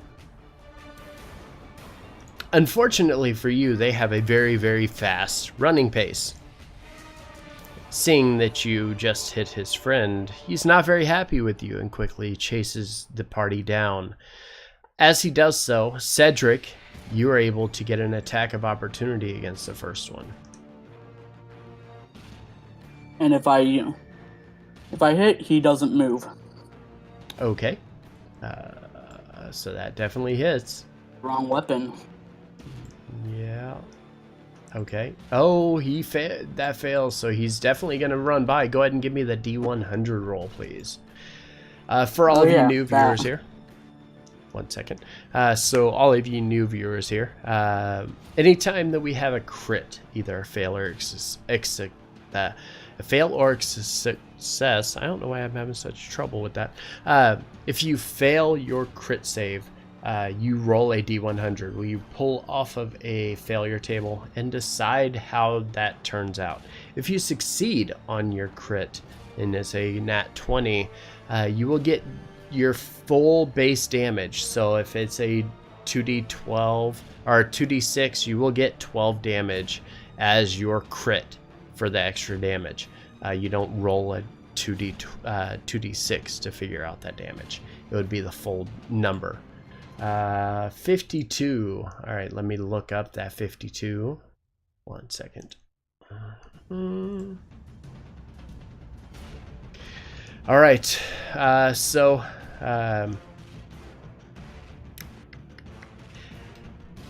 go ahead and give me a dexterity save, please.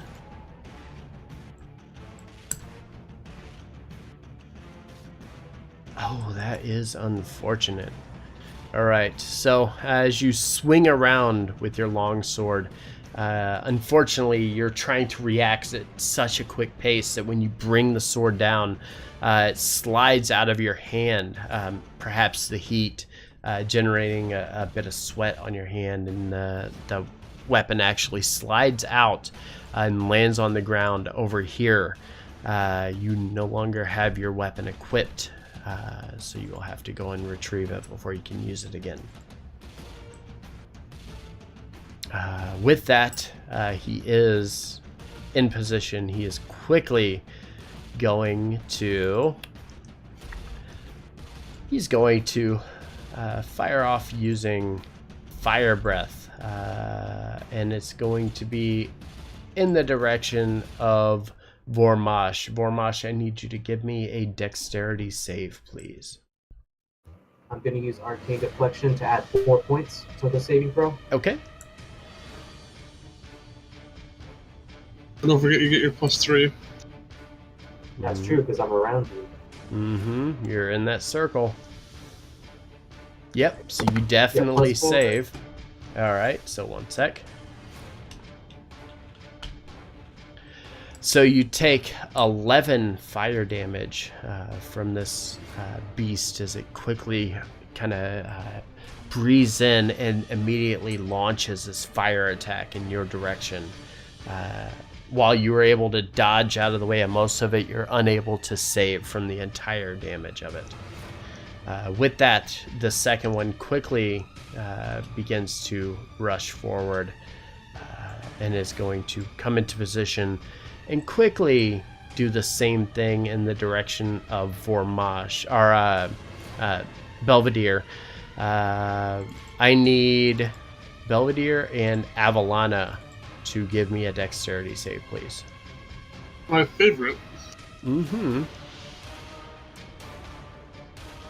Nope. Nope.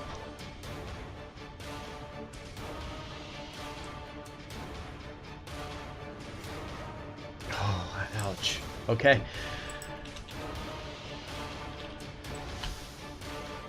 Unfortunately, as the beast kind of rears back and lets out this fire breath in your direction, you take 21 fire damage from it as it unleashes this fire in your path, kind of are bouncing off of the wall and coming back in your direction, dealing... DC 12 Avalana would make it. With a +3. Oh, yes, so Avalana, you would take half of that. That is correct, because of your aura. So you would take half of that at 10 points of fire damage.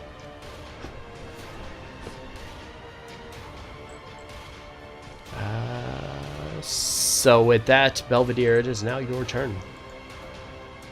Very angry that I just got breathed fire on by these things. Mm-hmm. I'll cast Divine Favor Okay. as my bonus action, and then I'll attack the one that just breathed fire on me. Okay. So you're going to tackle the one beside you? Yep. Alrighty.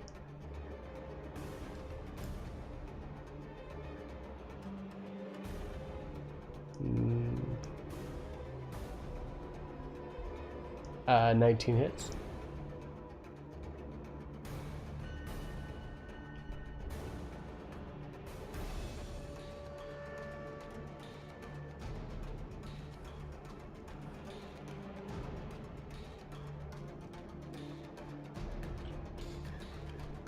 All right, dealing 7 damage, and then is it now prone, or is it just restrained?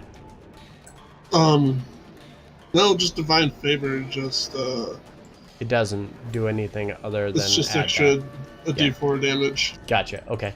Yep. So quickly grabbing the longsword and retaliating, you come across, kind of slashing forward at this dog-like beast, and as it kind of rears back, you're able to catch it in its left shoulder, doing a nice little bit of damage, but it's still standing and still looks pretty angry at everybody. I'll use my second attack. All right.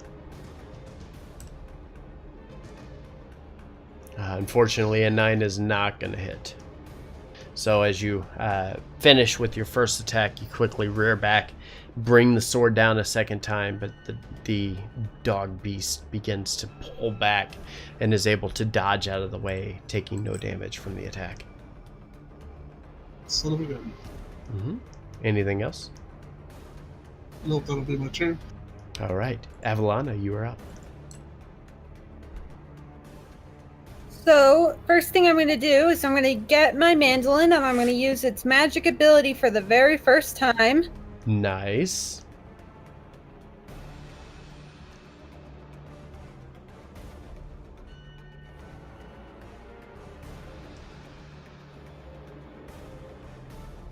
And which magic ability will you be using? I'm using it to cast Cure Wounds on myself. I'm then going to, as a bonus action, cast Healing Word on...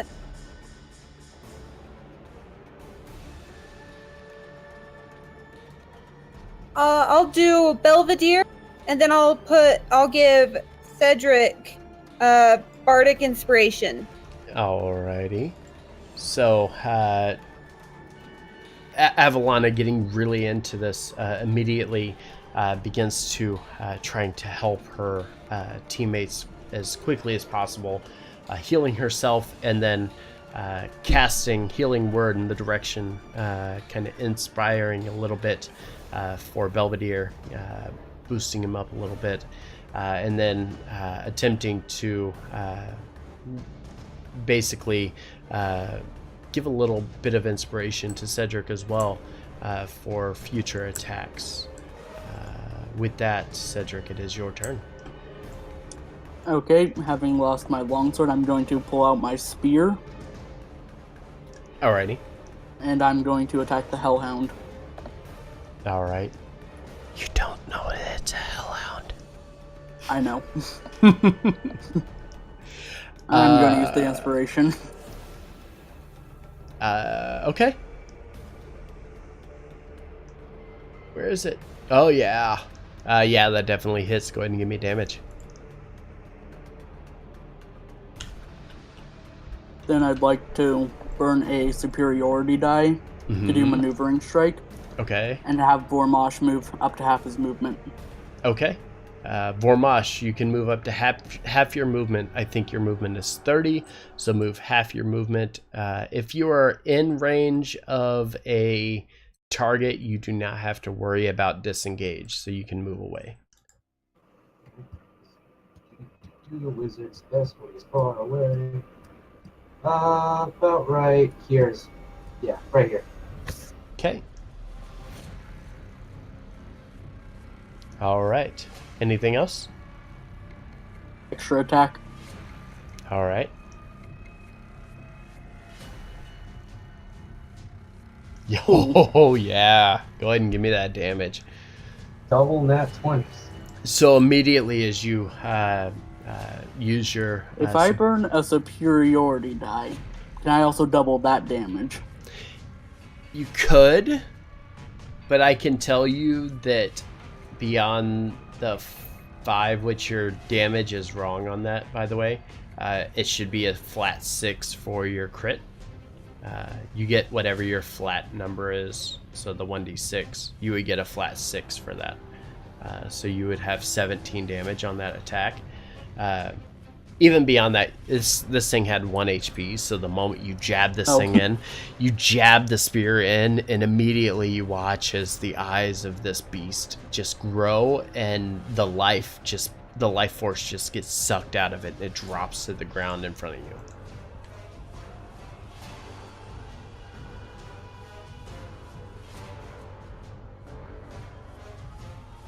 Anything else? That's about it. All right, Vormosh, you're up. Alright. Gonna move to about here, so I got a better shot at the beast. And I'm gonna cast Frostbite. Alrighty.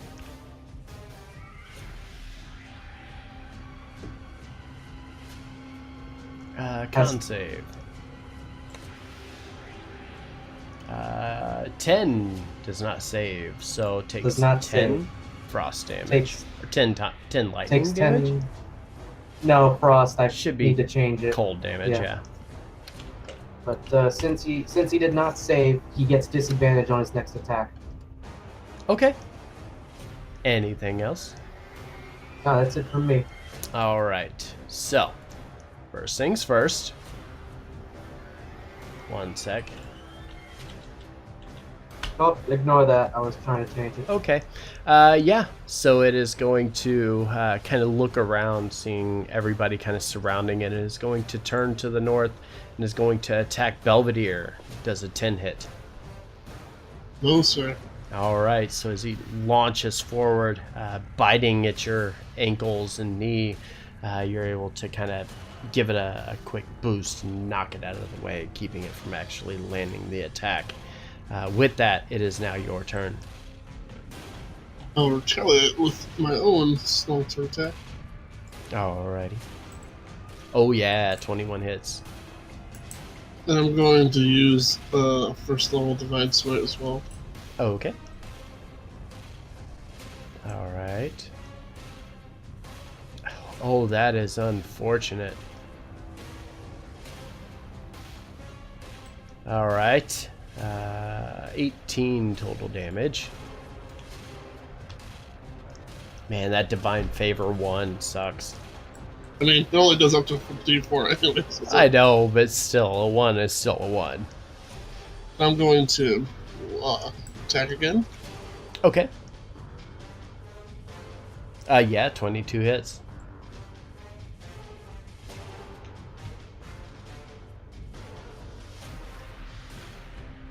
Alright, anything else? Oh, that's it for my turn. Alright, so quickly coming in with the longsword. First strike lands true, no problem. Then you quickly jab it forward, trying to get a quick jab in, and it lands flawlessly. As the attacks land, you notice this thing is not looking too good.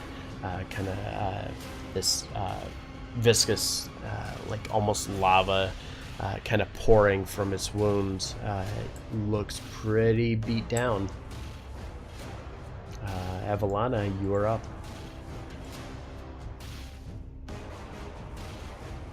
So I just cast Dissonant Whispers, and I just start saying random words in Orcish. Like, I just start saying, like, library, book, sandwich.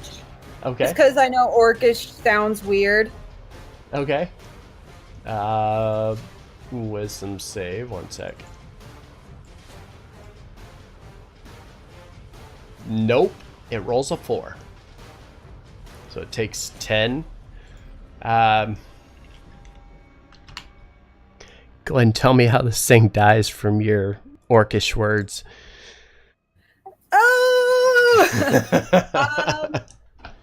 I want him to be like so in pain. He's like in so much pain from my words that he just like his lifeblood just starts pouring out of his head. That's what happens. Nice. So as you're saying this, his ears, you notice, as they kind of perk up as you're saying these things. He can't make any sense of what you're saying. It all sounds very rude to him, and he hates you for saying them. And the lava starts pouring out of his ears, and you watch as they collapse to the ground and is unmoving. I hope they search the bodies. I'm gonna do a quiet little victory dance. I hope they search the bodies. Please search the All right, bodies. did anyone else notice that little fight? Give me a perception check.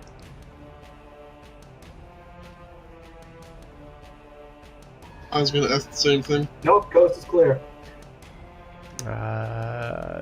For Mosh, you don't notice anything. Cedric and Belvedere, as you kind of look around the room, nobody seems to care. Everything seems okay to them. Good, I want to push the remains of these hellhounds into the lava. Oh, okay. Kick them off into the side, you know? Like a sort of Dark Souls style, you know, just kind of, they fall. Oh, okay. Oh, sure, when he does it, everyone has no problem. What? Just taking He's dead not- bodies and throwing them into puddles. Well, these aren't like human bodies. And we really don't want to leave any, like, trace of us here. Sure, But whatever else you also, but Belvedere, I don't think we should be throwing these into lava because bad things happen when you throw things into lava. I just want to Would point out. anything, would something happen? Would I know if something would happen? Like, they're just, then they would, I don't know. Have you ever thrown a water I Dug feel so into bad. I a want lava to tell puddle. them to not do this. I want to tell I them mean, to I can't say pay that I've already attention known this really. and focus and Done search the cleared up bodies, lava but I before. can't tell them to search Because the it bodies. goes boom. And I don't know what'll happen if we throw a body in. They are made of lava, it seems. They are. Still, something might happen. Look, all I know is that when I dumped bodies into a stream, it actually kind of helped us by luring out that huge creature. So I say go for it. But we don't want to fight. But it's your call. I don't have the strength to push those things. Does it look like this lava's flowing anywhere? It is just a big pond. Can I use... Uh, Can I like cut off like the paw of one of these things or something and just toss it in the sea? What would happen? you can give me a perception check as you do so. As you reach down and grab onto the paw and begin to hack away at it. I move away. Away from the lava pond. You notice that as you throw it into the lake of lava, nothing happens, but you do with your vision of Ezator notice a magical sensation emanating from these two beasts. Huh? Something magical is radiating from these two beasts in front of you. Well, honestly, if I had noticed that before doing anything, I would have not actually done anything. Because I'd be very curious as to why these are something glowing, or setting off my Ezator sense, so to speak. Your spidey senses. Yeah. Do I sense that magic? No, because you don't have Ezator's sight. So no. Got it.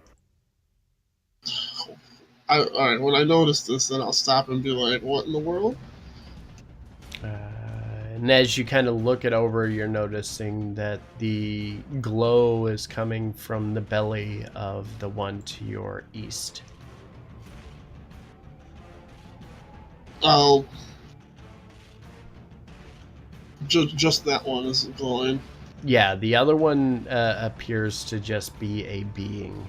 While it has a magical glow because it's a kind of fiendish being, it doesn't glow in the same way that this does from the belly. Huh.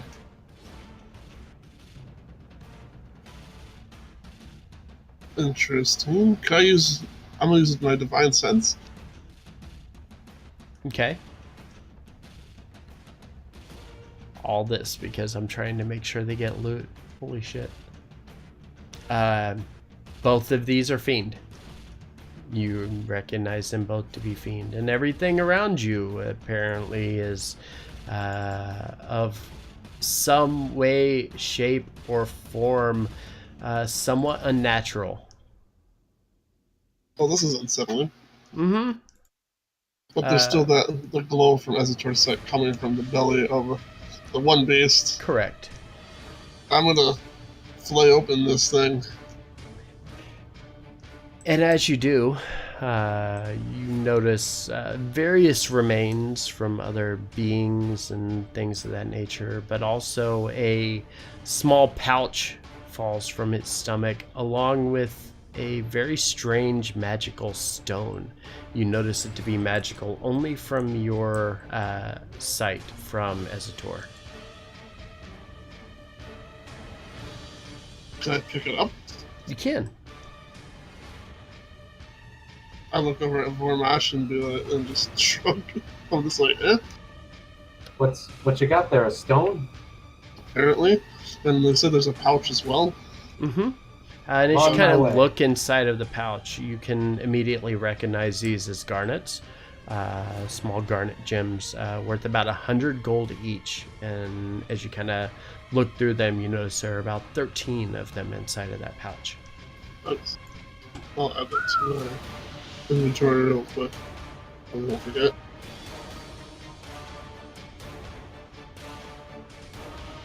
So how many did you say there was? 13 of them.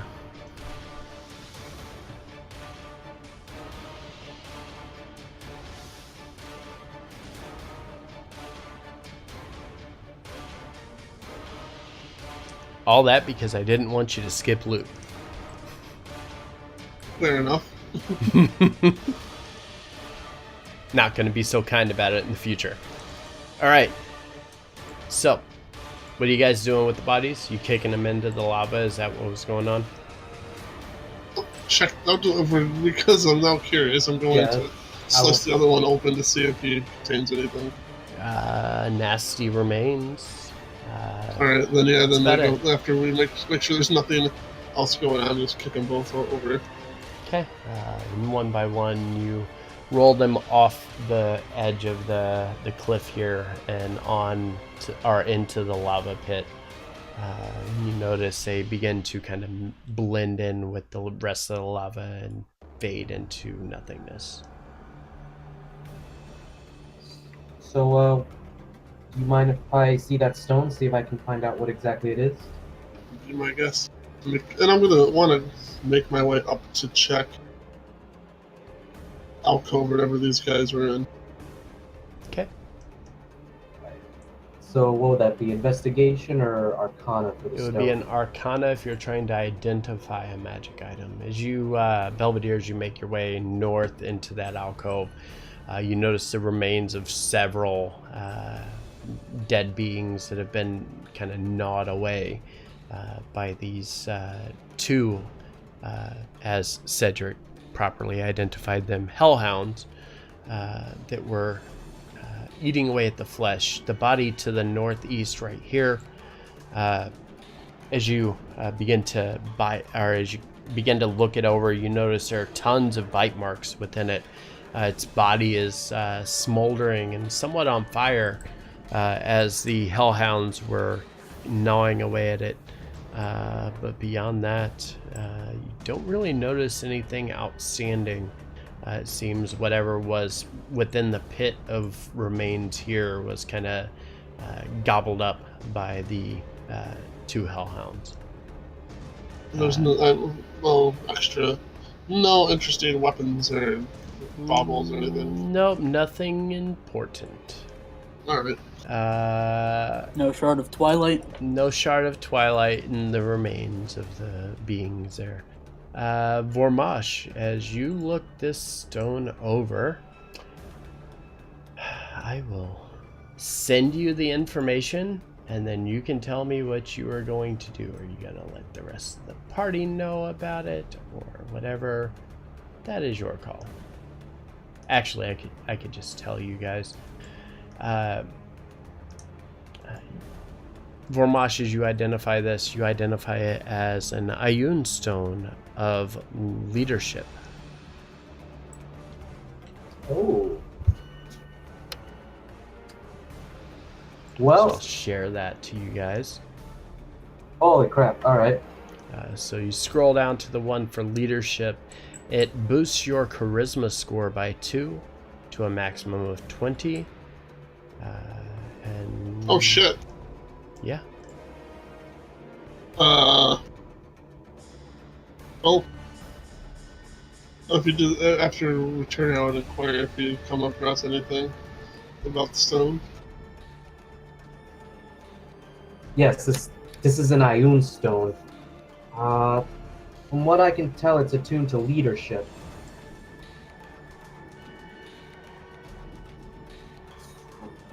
I believe it makes one more charismatic. Don't know. This could come in handy in the future, I will add. But you know what? You found it from that beast's stomach, so I will give it to you, and you can decide who it goes to. Well, I mean, I can make good use of it. Or else I think Evelina possibly could as well.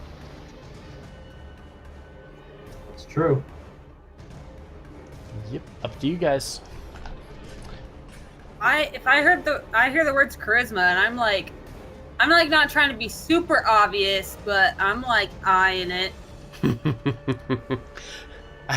I don't want you guys to know I'm eyeing this thing, but I'm eyeing this thing, alright? Just looking at Avalana like, are you interested in the stone?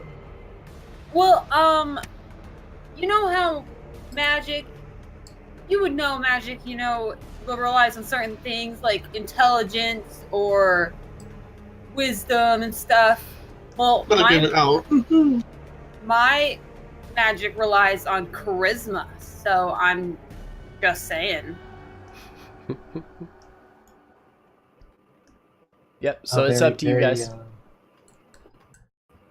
All right, you present a valid option or a valid point there. Well, I don't really have any need for one of those. But you have my vote, is all I'm saying. You presented the facts very subtly, I might add. Okay, what are you guys doing?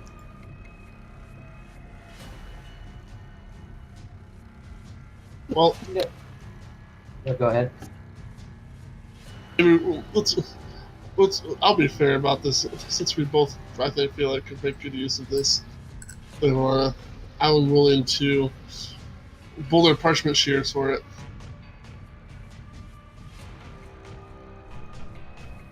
I do not know how to play this game. But I am interested to try. I'll be the ref. Basically, it's pretty simple. It's just basically, depending on what you pick, All I know. one beats the other. So, like, if you roll a boulder beats shears because it smashes them, but it's covered by the All parchment. I know is it's the fun parchment to beats, watch them. Obviously, the Well, boulder, but I it's mean, Kinda cut by figure the this that. out. shears. I don't know how we'll play in this. You would roll a 1d3 and indicate basically rock would be 1, shears would be 2, parchment would be 3, and you would roll, and whoever wins the item. Okay. Let's do this. Step in front of your opponent. I step to the side. I'm just gonna look ahead. Okay. I'm eyeballing their hands very carefully. Okay. Go ahead and give me 1d3 rolls, guys.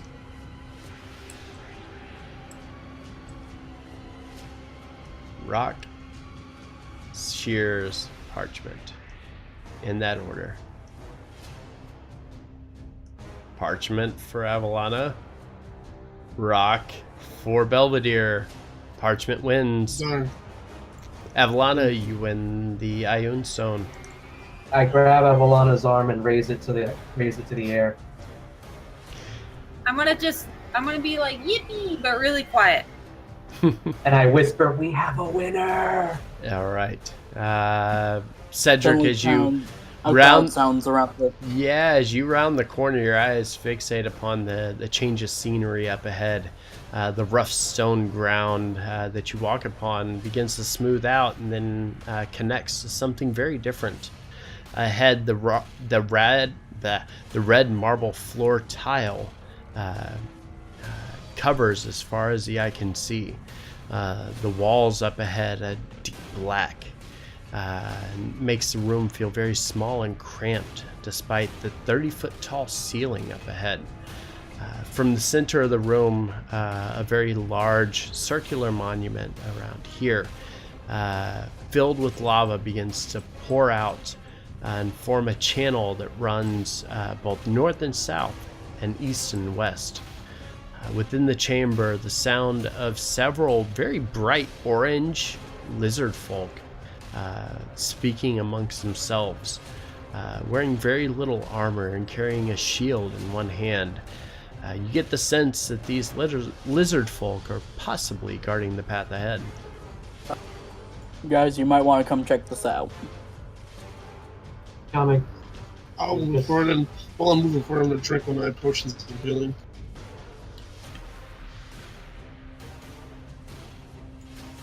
Notice I didn't change the music at all, right? Yes, I did. It was obviously for that intense Boulder Shears paper. Absolutely. I know I was on the edge of my seat.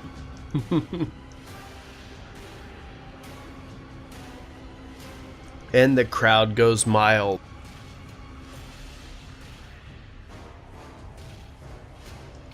All right. Like, What are you guys doing? Go over and I look down. What do we see? I described what you saw. Yes. All right. So let's just advance slowly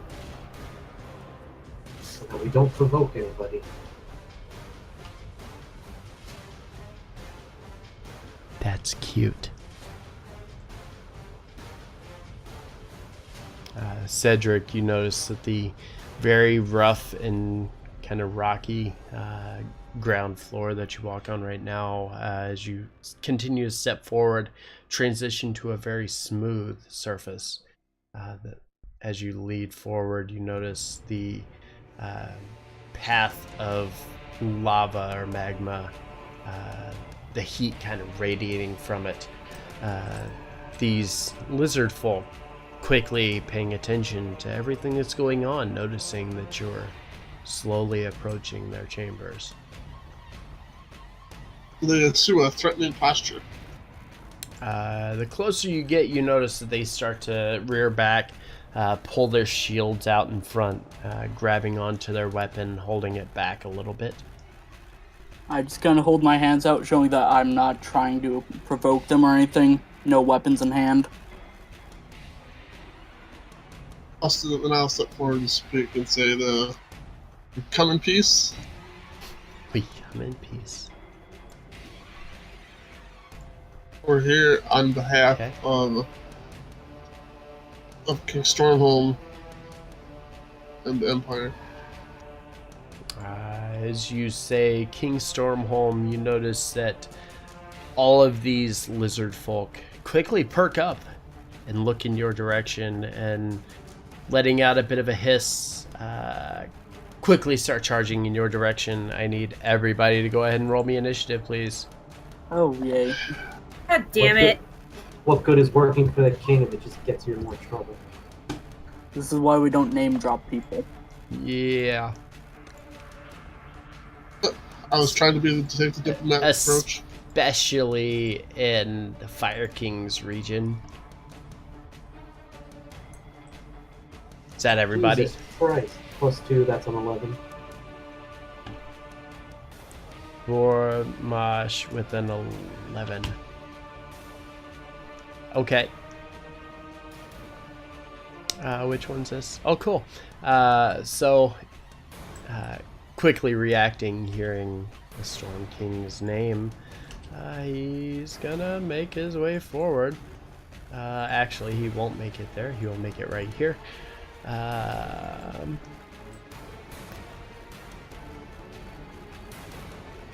Yeah. I need you to give me a dexterity save, please, Belvedere. Oh, these dex saves. All the Why couldn't dex it be saves. a plus dex? It's all the Iron dex Stone or saves, man. something? I'm so happy I went with my +1 to dex instead of my -1. It could have been a +2 dexterity Iron Stone or something. Why could not be in the negative anymore? Well, no. Oh, I I'll just still clicked say that. Oh, I would've said give it to Vormosh that's an since he has the initiative. least Yeah, there you go. Unfortunately, you're unable to save from this as he quickly shoots this fireball that kind of bounces like Super Mario style in your direction.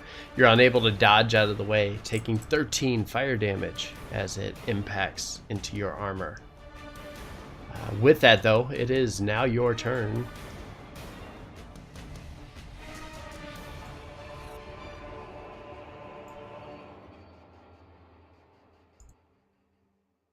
I would like to make an attempt at persuasion and say we're not here to fight. We're here to seek an audience with with the Fire King. No response.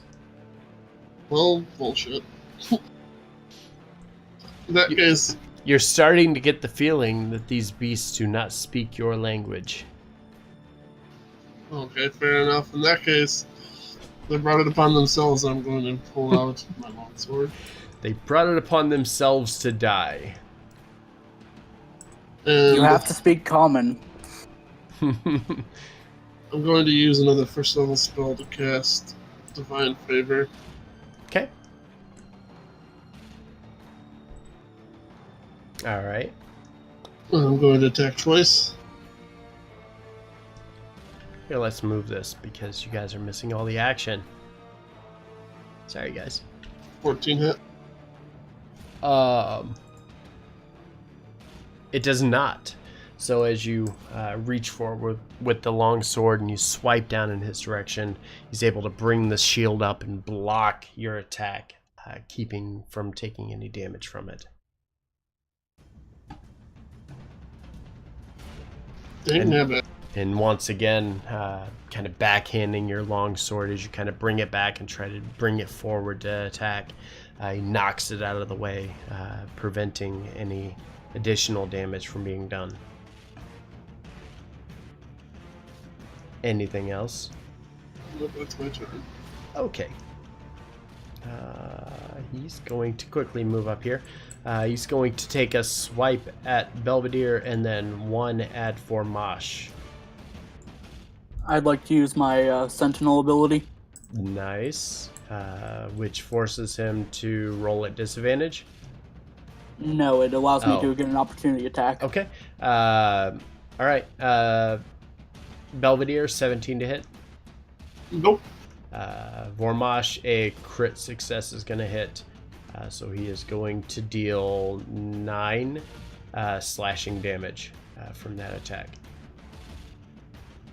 And then in retaliation, Cedric quickly brings his longsword forward and jabs into the body of this lizard beast, dealing 8 slashing damage to it.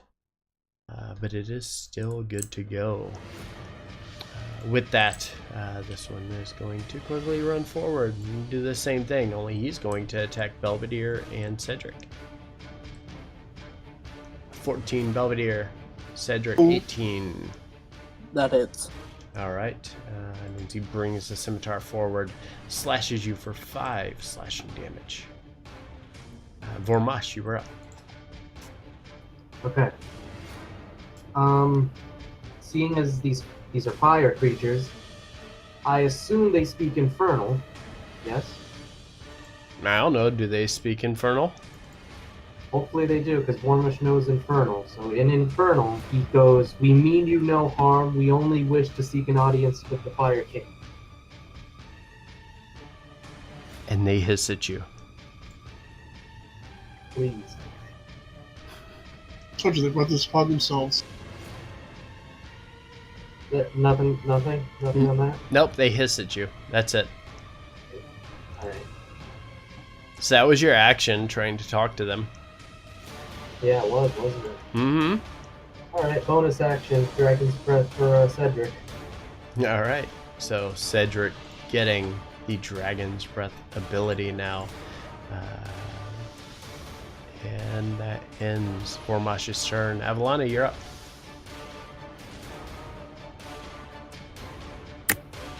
Okay,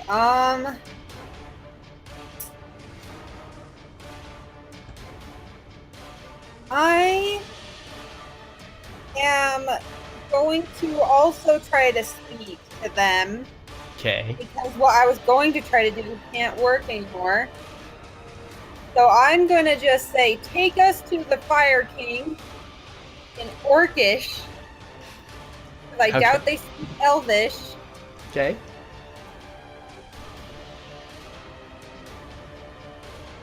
Do they do anything? They hiss at you, just like they did Vormash and just like they did Belvedere. Okay, for the rest of my turn, I'll move and I'll start playing my mandolin really loud.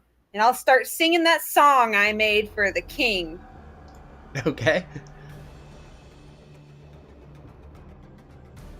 Where are you moving to? But there's not much to it yet, and it's just basically like the Fire King is super rad, basically. But it has a sick beat. All right. Where's he at? It's got a nice contemporary. All right. Quickly rushing forward. He's not going to get very far. He'll probably double movement so he can get a little closer. Cedric, you're up. Remind me, is Dragon's Breath an action or an attack? It's an attack. It's your primary action. It's a 15-foot cone, so you could get both of these guys. Well, I was asking if I could still do my extra attack after No. it. No, you would. Okay. It would take your primary action. The Dragon's Breath is a guaranteed hit. It's just to see if they take half damage or not. The problem is, if you're a 15-foot cone, just so you know, I'll outline this for you here. So the way it works from where you're positioned is it's a 1-3-5 for your box. So you would get this, hit this, and hit this. Would be 15. Or to here, I guess, would be your 15. Something like that. Because it's 1, 3, and 5.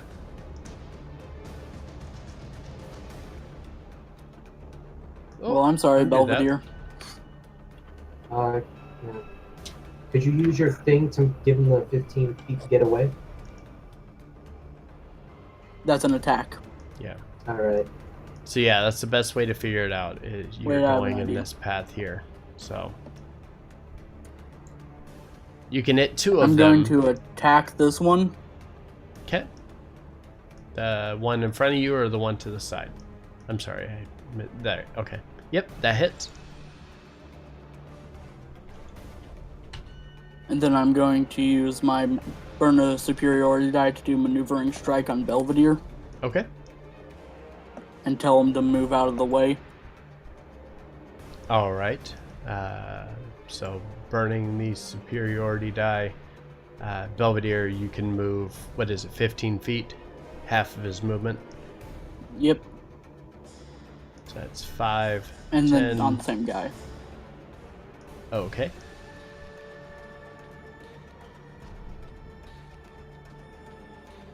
Yeah, that hits. And then I'm going to use my Action Surge and then do the Dragon's Breath. Alrighty. Go ahead and give me the roll on that, Vormash. Yep, you got it. Alright, Dex saves. What kind of cone is it? Oh yeah, what element do you want? Let's go with Acid. Neither one of them saves, so they take the full brunt of the damage. The one directly in front of you. Oh, wait, you said acid. Hold on. Let me check. Okay. The one directly in front of you, as it gets hit by this acid damage, immediately collapses to the ground.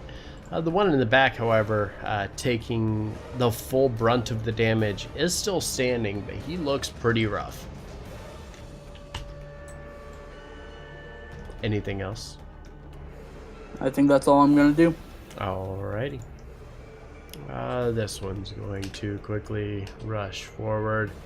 Hey, he's going to make it just in the right amount of distance here and is going to attack twice. 13 and a 23, Belvedere. 13, no, the crit, yeah. Alright, so as he slashes forward, he's going to do 10 slashing damage as the sword comes down. The second time, you're able to dodge out of the way of the first one pretty easily. Second one lands pretty firm, though. Ouch. Yeah. This one, let's see, he's going to move 30.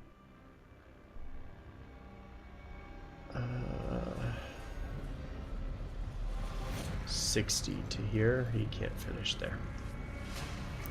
So there. Right?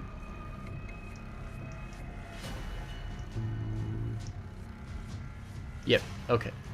The top of the turn order. This one's going to turn back around and is going to slash twice at Belvedere. First one is a crit fail though, so I should check that. Drop your sword. Drop your sword. Face plant and die. He actually falls prone from his attack, so he doesn't get to make the second attack.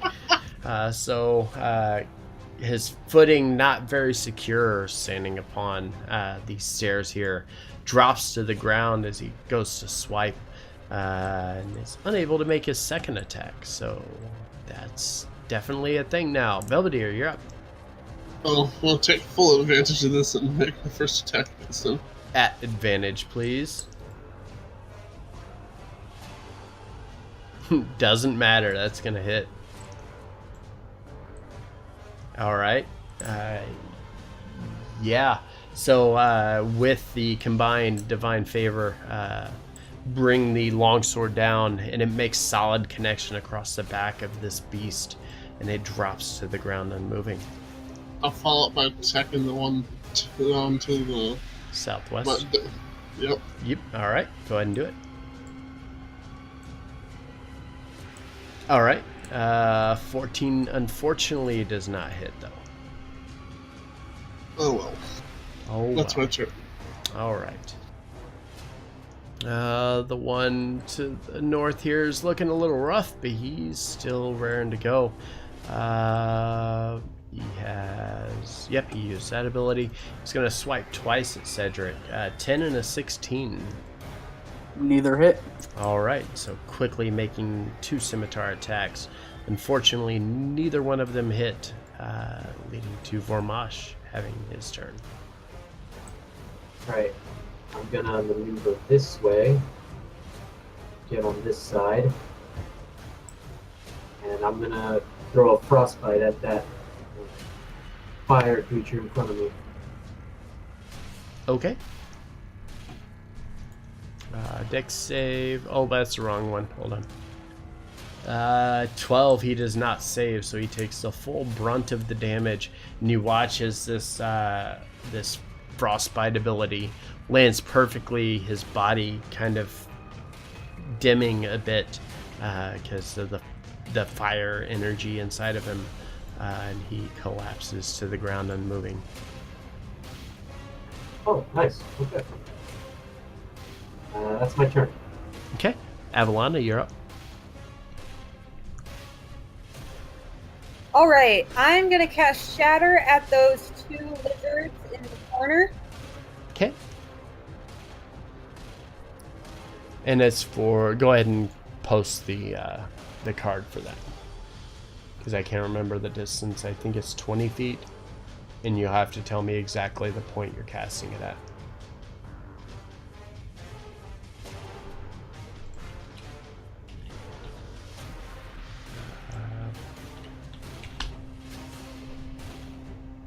Alright, so Shatter is a 10-foot sphere from which point?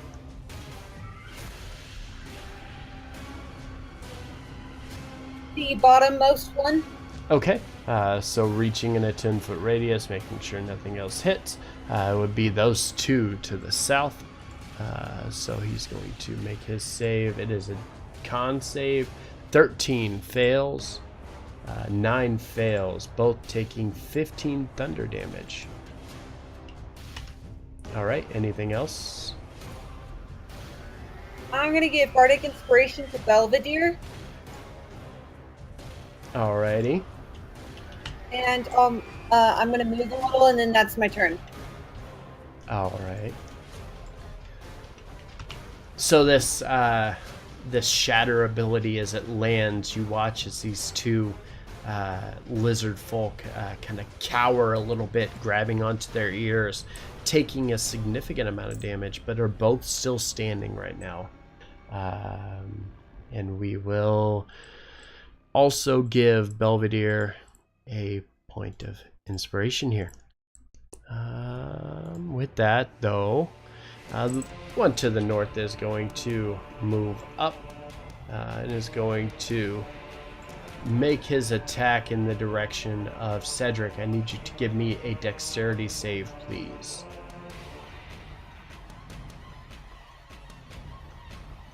Oh.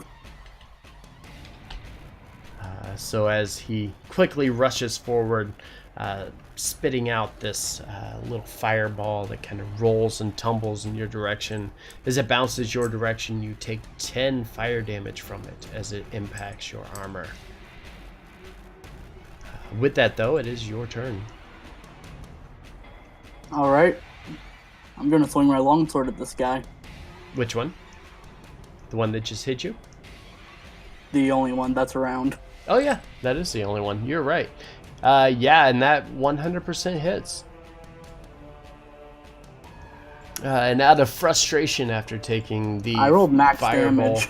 after taking the fireball to the chest, you immediately just bring the longsword down and just cleave into this thing, and it drops to the ground.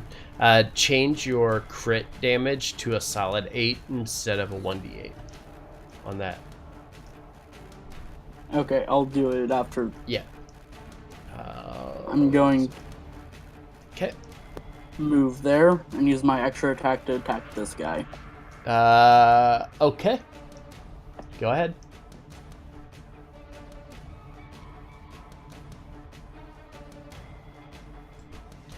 Ooh. Okay.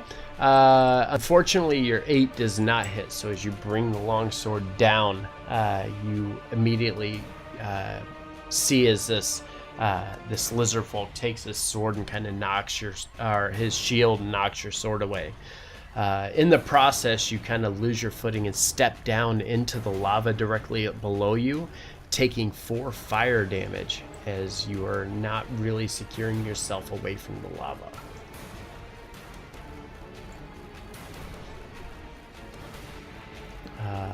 I forgot about the lava. You forgot about the lava. The lava's a thing. The one beside Belvedere here is quickly going to... Let's see, what has he done? Okay, yeah, he's going to take his Spitfire ability and fire it in Belvedere's direction. Go ahead and give me a dex save, Belvedere. Ugh. You have inspiration. You have inspiration. Oh, look Oh. at that perfect dex save. So as the fire nuke kind of builds up its power to launch this fireball in his direction. One sec, give you the damage. Push a dex save. Yeah, Success would just be like no damage. you would think that it would, but unfortunately it does not, because it's yeah. You still take, what is that, 7 damage? 7 fire damage as the fireball comes in your direction. Unable to completely avoid it, but you're able to kind of brush it off to the side and avoid the brunt of the damage itself. This one in the back, taking a cue from his buddy, is going to do the same thing at Cedric. Another dex save, please.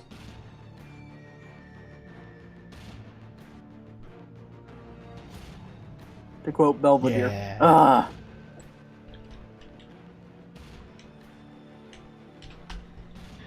So you take an additional 7 fire damage as the fireball quickly blasts by you, attempting to avoid it, but you're unable to actually shrug off the entire effect of the ability.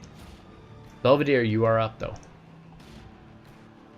That guy is trying to fireball me again. It's gonna get it in the face. Okay. Yeah, he definitely is going to get it in the face. Okay. Plus your divine. Anything else? Make my second attack. All right. Oh, yeah. Oh, yeah. Oh, yeah. 8, so 13. Yeah. So as you hit him with the first one, you see it lands pretty well, and you feel pretty confident with your second strike. And as you bring the sword back and you drop it down on top of him, it lands squarely, and you watch as this beast collapses to the ground in front of you.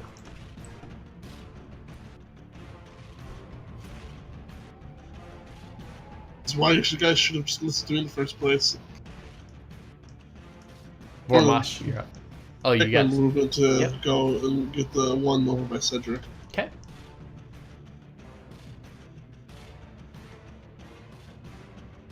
Go ahead and do your movement. Okay. And that's the end of your turn. Yep. Vormash, you're up. All right. I'm gonna move my 30 feet. 5, 10, 5. Here's good. And I see that both of them are kind of I see that both of them kind of have it down, so I'm gonna grab a healing potion from my pack and drink that. Alrighty. So what is that? 2d4? 2d4 plus 2. Gotcha. Anything else? No, that's my turn. Alright, Avalana, you're up. I'm gonna cast Healing Word on Belvedere, and I'm gonna move closer, and that'll be my turn. Alright, go ahead and give me the healing word. Healing. That was a terrible roll for your potion there. That's unfortunate. Cedric, you're Got that up. whole 4 hit points back. Whole 4. Oh boy, those mean everything to a wizard. You're our wizard. You don't That's have like that many. that's like half of his health right there, alright? Let's be So I'm honest. just gonna maneuver around so I'm out of the lava pretty much. Mm-hmm. Not breaking opportunity with him or whatever it's called. Yep. And then I'm gonna swing at him. Alrighty. Belvedere taking 12 healing from Avalana's healing word. 16. 1 second. 16 hits. Alright, anything else? He's still up. He's still up. I'm going to burn a superiority die and do Commander's Strike. Belvedere gets to make an opportunity attack against this guy. Okay. And he also gets an extra d8 on that attack. Okay.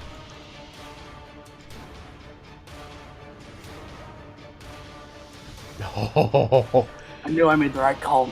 Belvedere, tell me how you just slayed your last fire newt in front of you. At the urging of Cedric after he makes his strike, I would say as it like staggers and spins around, I just literally just cleave it straight down the middle in half. Nice. And as it drops to the ground, you notice that the chambers are suddenly quiet, save for the sound of hammer and anvil to the far west. Kind of look The around. mysterious music suddenly stopped. The mysterious music suddenly stopped. Kind of look around the room. You notice that the lava path leads directly south. As you kind of peek around from your position, you can kind of see it pretty well. At least Vormash and Avalana can. Let me pull up my list here. Hold on. Because I closed that whenever we got into combat. As you kind of look around the room itself, you notice down to the south a pretty large dragon-like statue rests to the far south. As you look around the chambers, you know there's not much else around this room. A few hand carts, similar to those that you had seen outside in the caverns. But beyond that, there doesn't seem to be much left in the room here, because you killed all of it. Is there anything interesting on the creatures themselves? Each of them, as you kind of pick through their pockets, you notice that each of them have this strange looking, like it almost looks like a really large marble in their pockets. But beyond that, you don't notice anything else. They have their standard shield and their scimitars that they're carrying, but beyond that, nothing. In the carts, most of these to the south, they're pretty much empty. You know that from what you had seen before on the outside when you were in the cavern. They were using these carts to kind of load up the iron and steel that they were mining from the outside and putting them in the cart and bringing them back through the chambers here. How nice are the cemeteries? What's that? How nice are the cemeteries? They're just standard fare. They're nothing special. So, what am I looking at here? Yeah, Cedric, as you make your way forward, you notice in the chamber to your west, there is a kind of a glow of orange and white. It appears to be a portal of sorts. Kind of sits in the small confines of this very tiny room.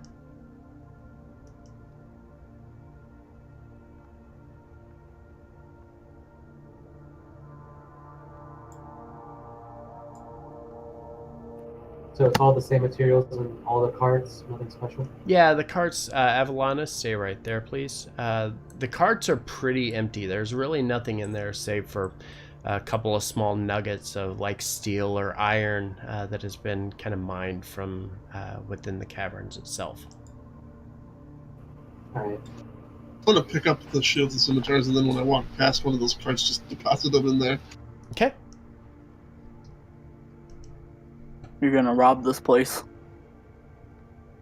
Well, just not leaving the weapons lying about anyway. Gormash, what do you know about portals? Let's see. Can I roll an Arcana check to see how much I know about portals? Sure, you can do that. You know that they can be used for any number of things. They can be transportations to different planes, or they can be small things like teleportation to a different room or a different part of the a lair or dungeon, or things of that nature. Also, I was going to take that one of those marbles with me. Okay. The portals are tricky. They can be used to transport someone to another plane or just to another location on this plane. We won't know where it leads. Best way we can figure out where it goes is if someone steps inside it. I think at that point I might walk it up and just say, like, unfortunately, we don't know if it's a one-way trip or not, so it's probably not ideal to go through Are there any loose stones or anything on the floor?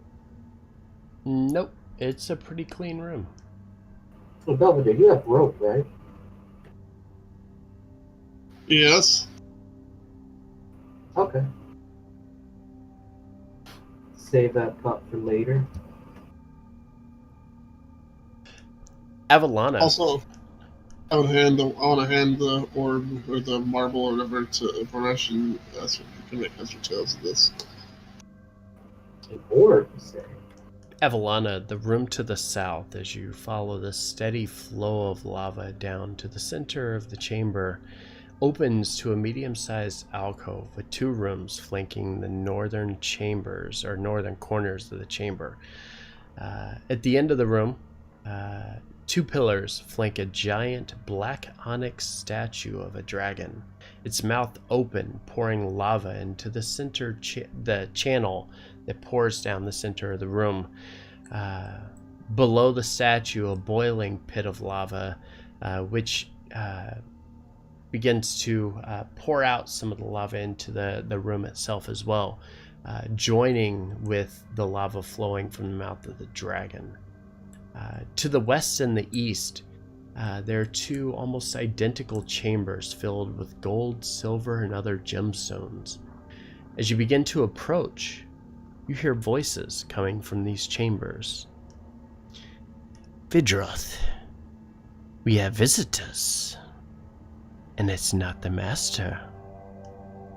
And then from your east you hear, if not the master, who disturbs our slumber, Zazos?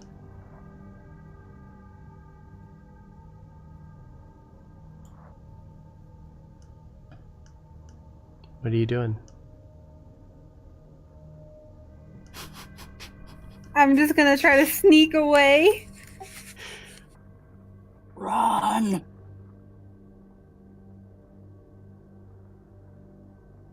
Okay, I'm gonna stay there, and I'm gonna just I'm gonna be like, I am a bard.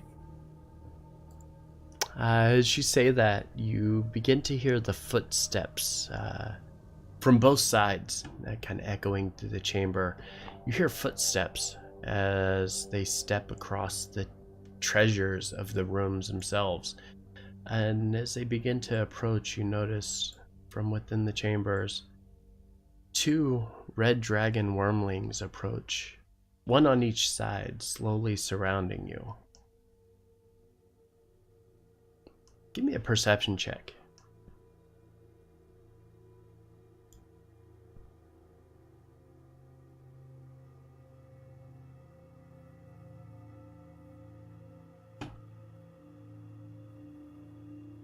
Okay.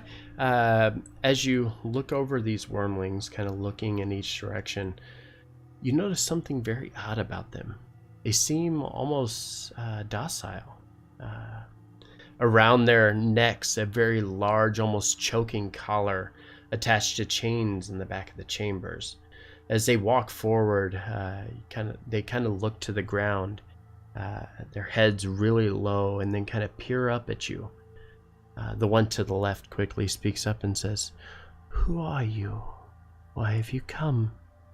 If the master sees you, he will kill you and punish us."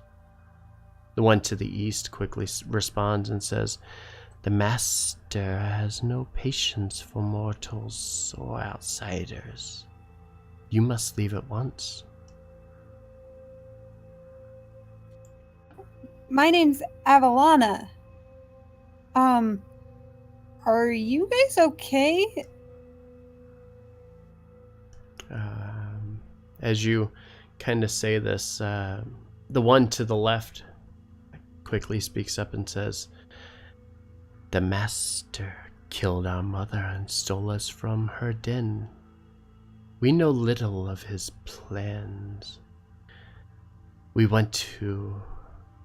He doesn't want to eradicate us, only force us to listen and obey his command." Do you want me to free you? The one to the right kind of nods and says, "Free us so that we can return to our rightful homes. We are but children in the eyes of our kin. Break our chains, release us from our bondage. Show us your kindness and allow us to repay you the favor." Where's your home?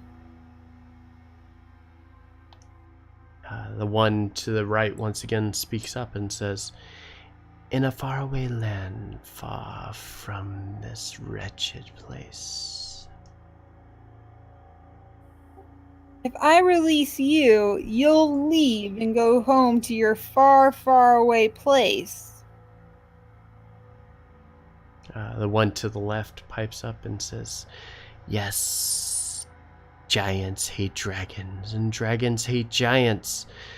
My brother and I wish not to be subjected to the master's punishment. The master wishes to make us obey and follow his lead." And then the one to the east pipes up and says, "But brother and I, we wish for our freedom. Nothing more, nothing less." I want to free you, but I'm worried that if I free you, you'll kill me.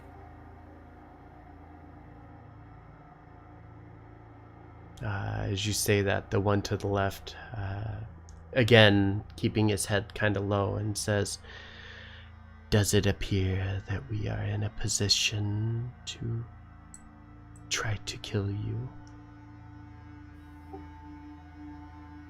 Can I insight check them to make sure that they're telling me like they'll actually leave and they won't attack me and stuff? You certainly can.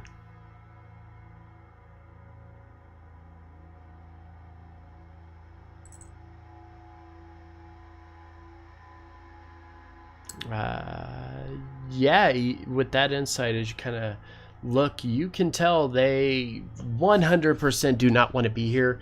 They want to get out of here as quickly as possible.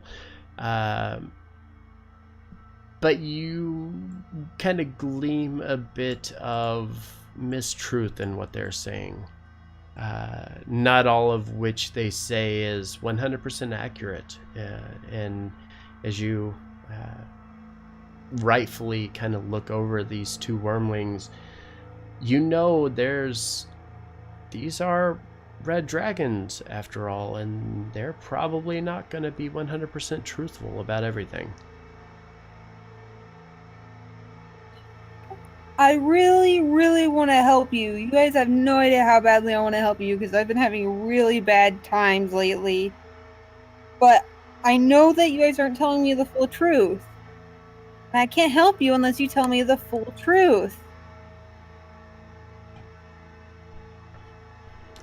The one to the west quickly speaks up and says, "What more does the mortal want from us? Haven't we told you enough?"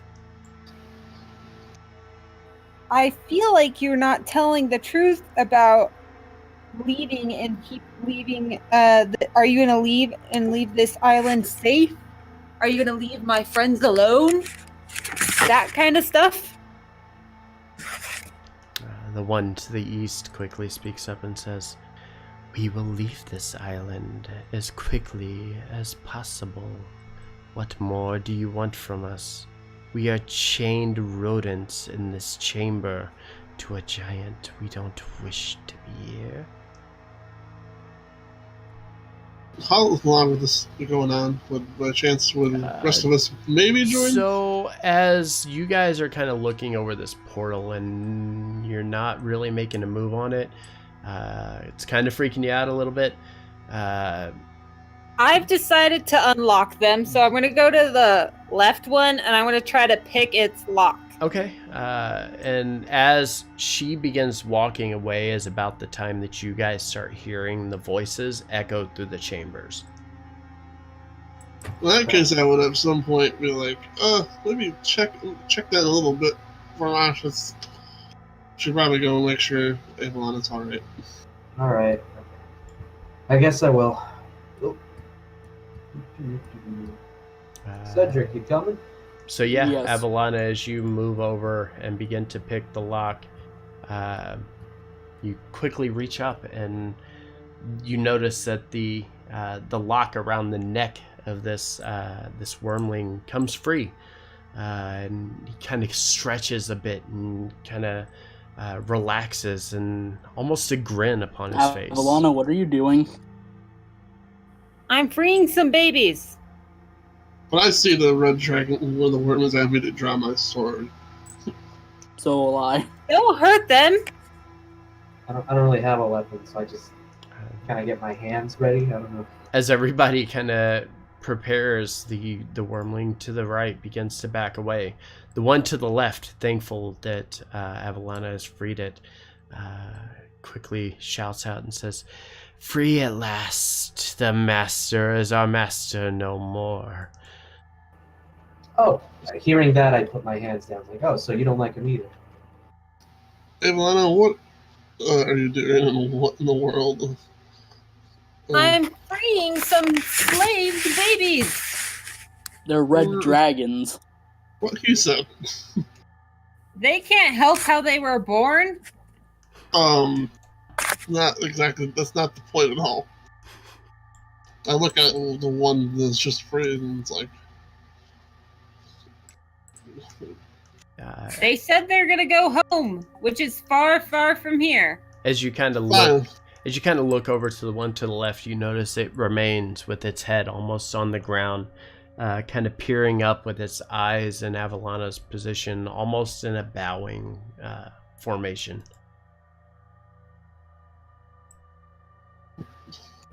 Well, they don't seem to be attacking us as of this moment. So for now, I'll trust your word, Avalana. Where do you call home, wormlings? What did you ask? I'm sorry. Asking where they call home. Far, far away from here. The one to the east begins to speak up, kind of echoing through the chambers, and says, "We are far northeast of the Sword Coast. Our family, we don't know much of them. Just what the master tells us." But you're from Faerun. Yes, Faerun. Let's check this.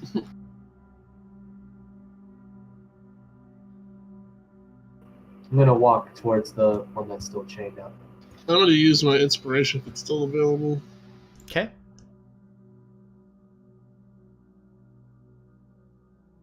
Uh, 18. as you kind of insight check the one to the east, and him saying that he is from Faerun, you could tell he's almost uncertain. He says this believing it himself, but he doesn't know a lot about it.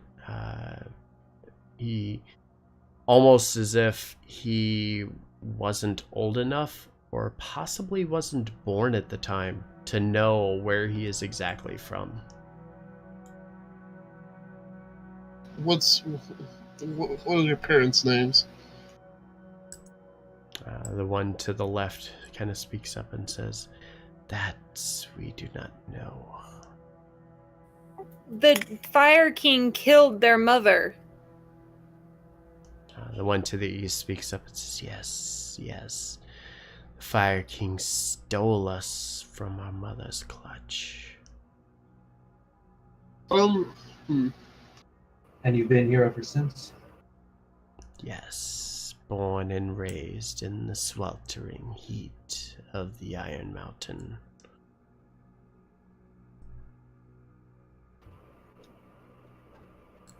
Well, Guys, my figure is that they have not done anything wrong in their lives at this point, so why not let them go home and make their own choices? They may do bad things there, and then they'll have to, deal with those consequences, but at the moment they haven't done anything wrong, and I don't see how it would be fair to kill a creature who hasn't done anything wrong. oh, I wasn't suggesting we kill them. Or leave them chained up. The one to the left says, "Yes, the master wished not to eradicate us. Just force us to obey his command. We wish not to obey his command." Okay. Based on Rythus was a red dragon, yes. What's that? Rythus was a red dragon, yes. No, he was not. Oh. Rythus was a blue dragon. Oh. Was Crinus a red dragon? Crinus was a red dragon. Would I know if Crinus was a female, based on all the lore I've read? No, Or Crinus information? was a male red dragon, and that was 2,000 years ago. Well, I mean, dragons do live for a very long time. They do. All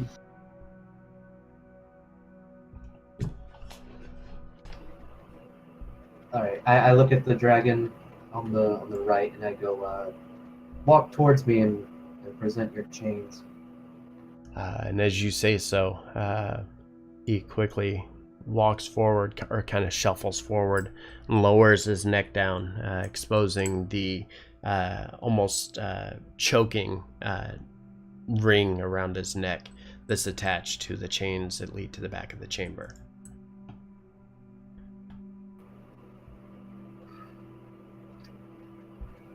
I tell the dragon, I don't know what it's like to be chained up for years, but I do know what it's like to be cut off from the rest of the world. I had spent most of my life myself in a school, and I haven't gained that much experience. So you have my sympathy, and I believe that whatever choices you should make should be your own.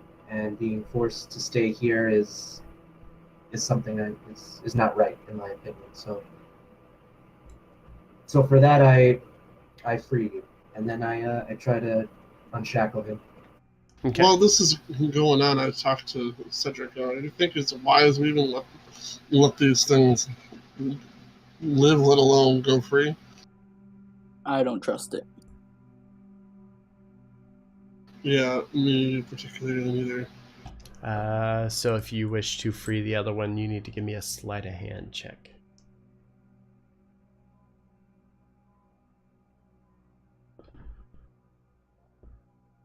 Yeah, Valana, can I have an inspiration die for this check? Or you can aid him and give him advantage in the roll. Yeah, Since I'll you are aid now him. familiar with the other one. Yeah, I'll give him instructions on how to do it. All right. There you go. I don't think chaotic would be necessarily justify. So living yeah, free.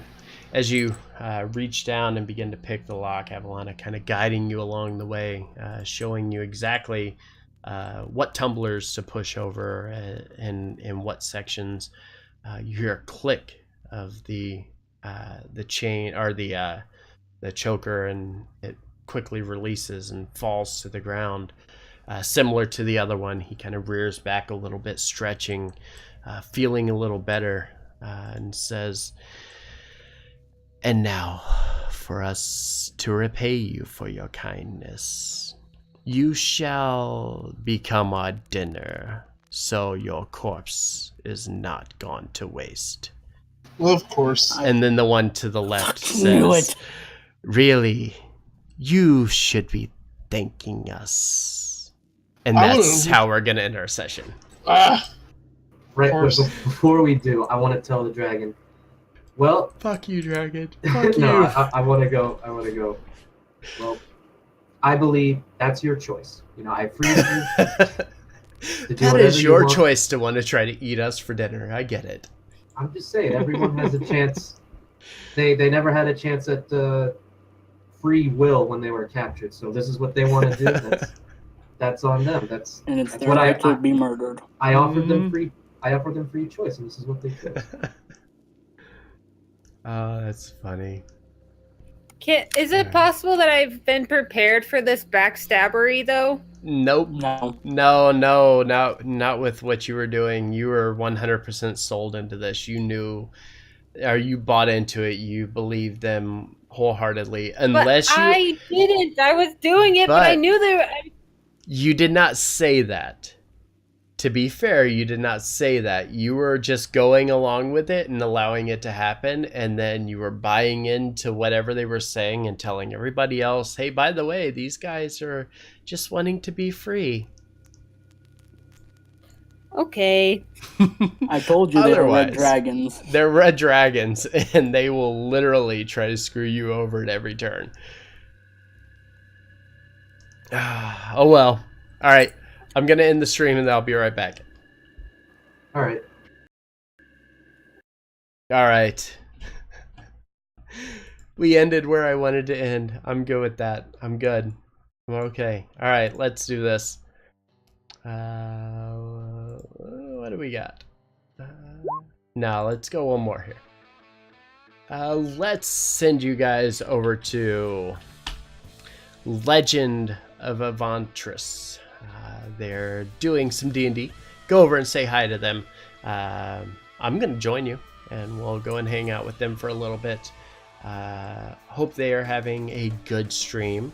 And then, yeah, come back. Hang out with us later. Love you guys. I'll see you soon. Have a good night.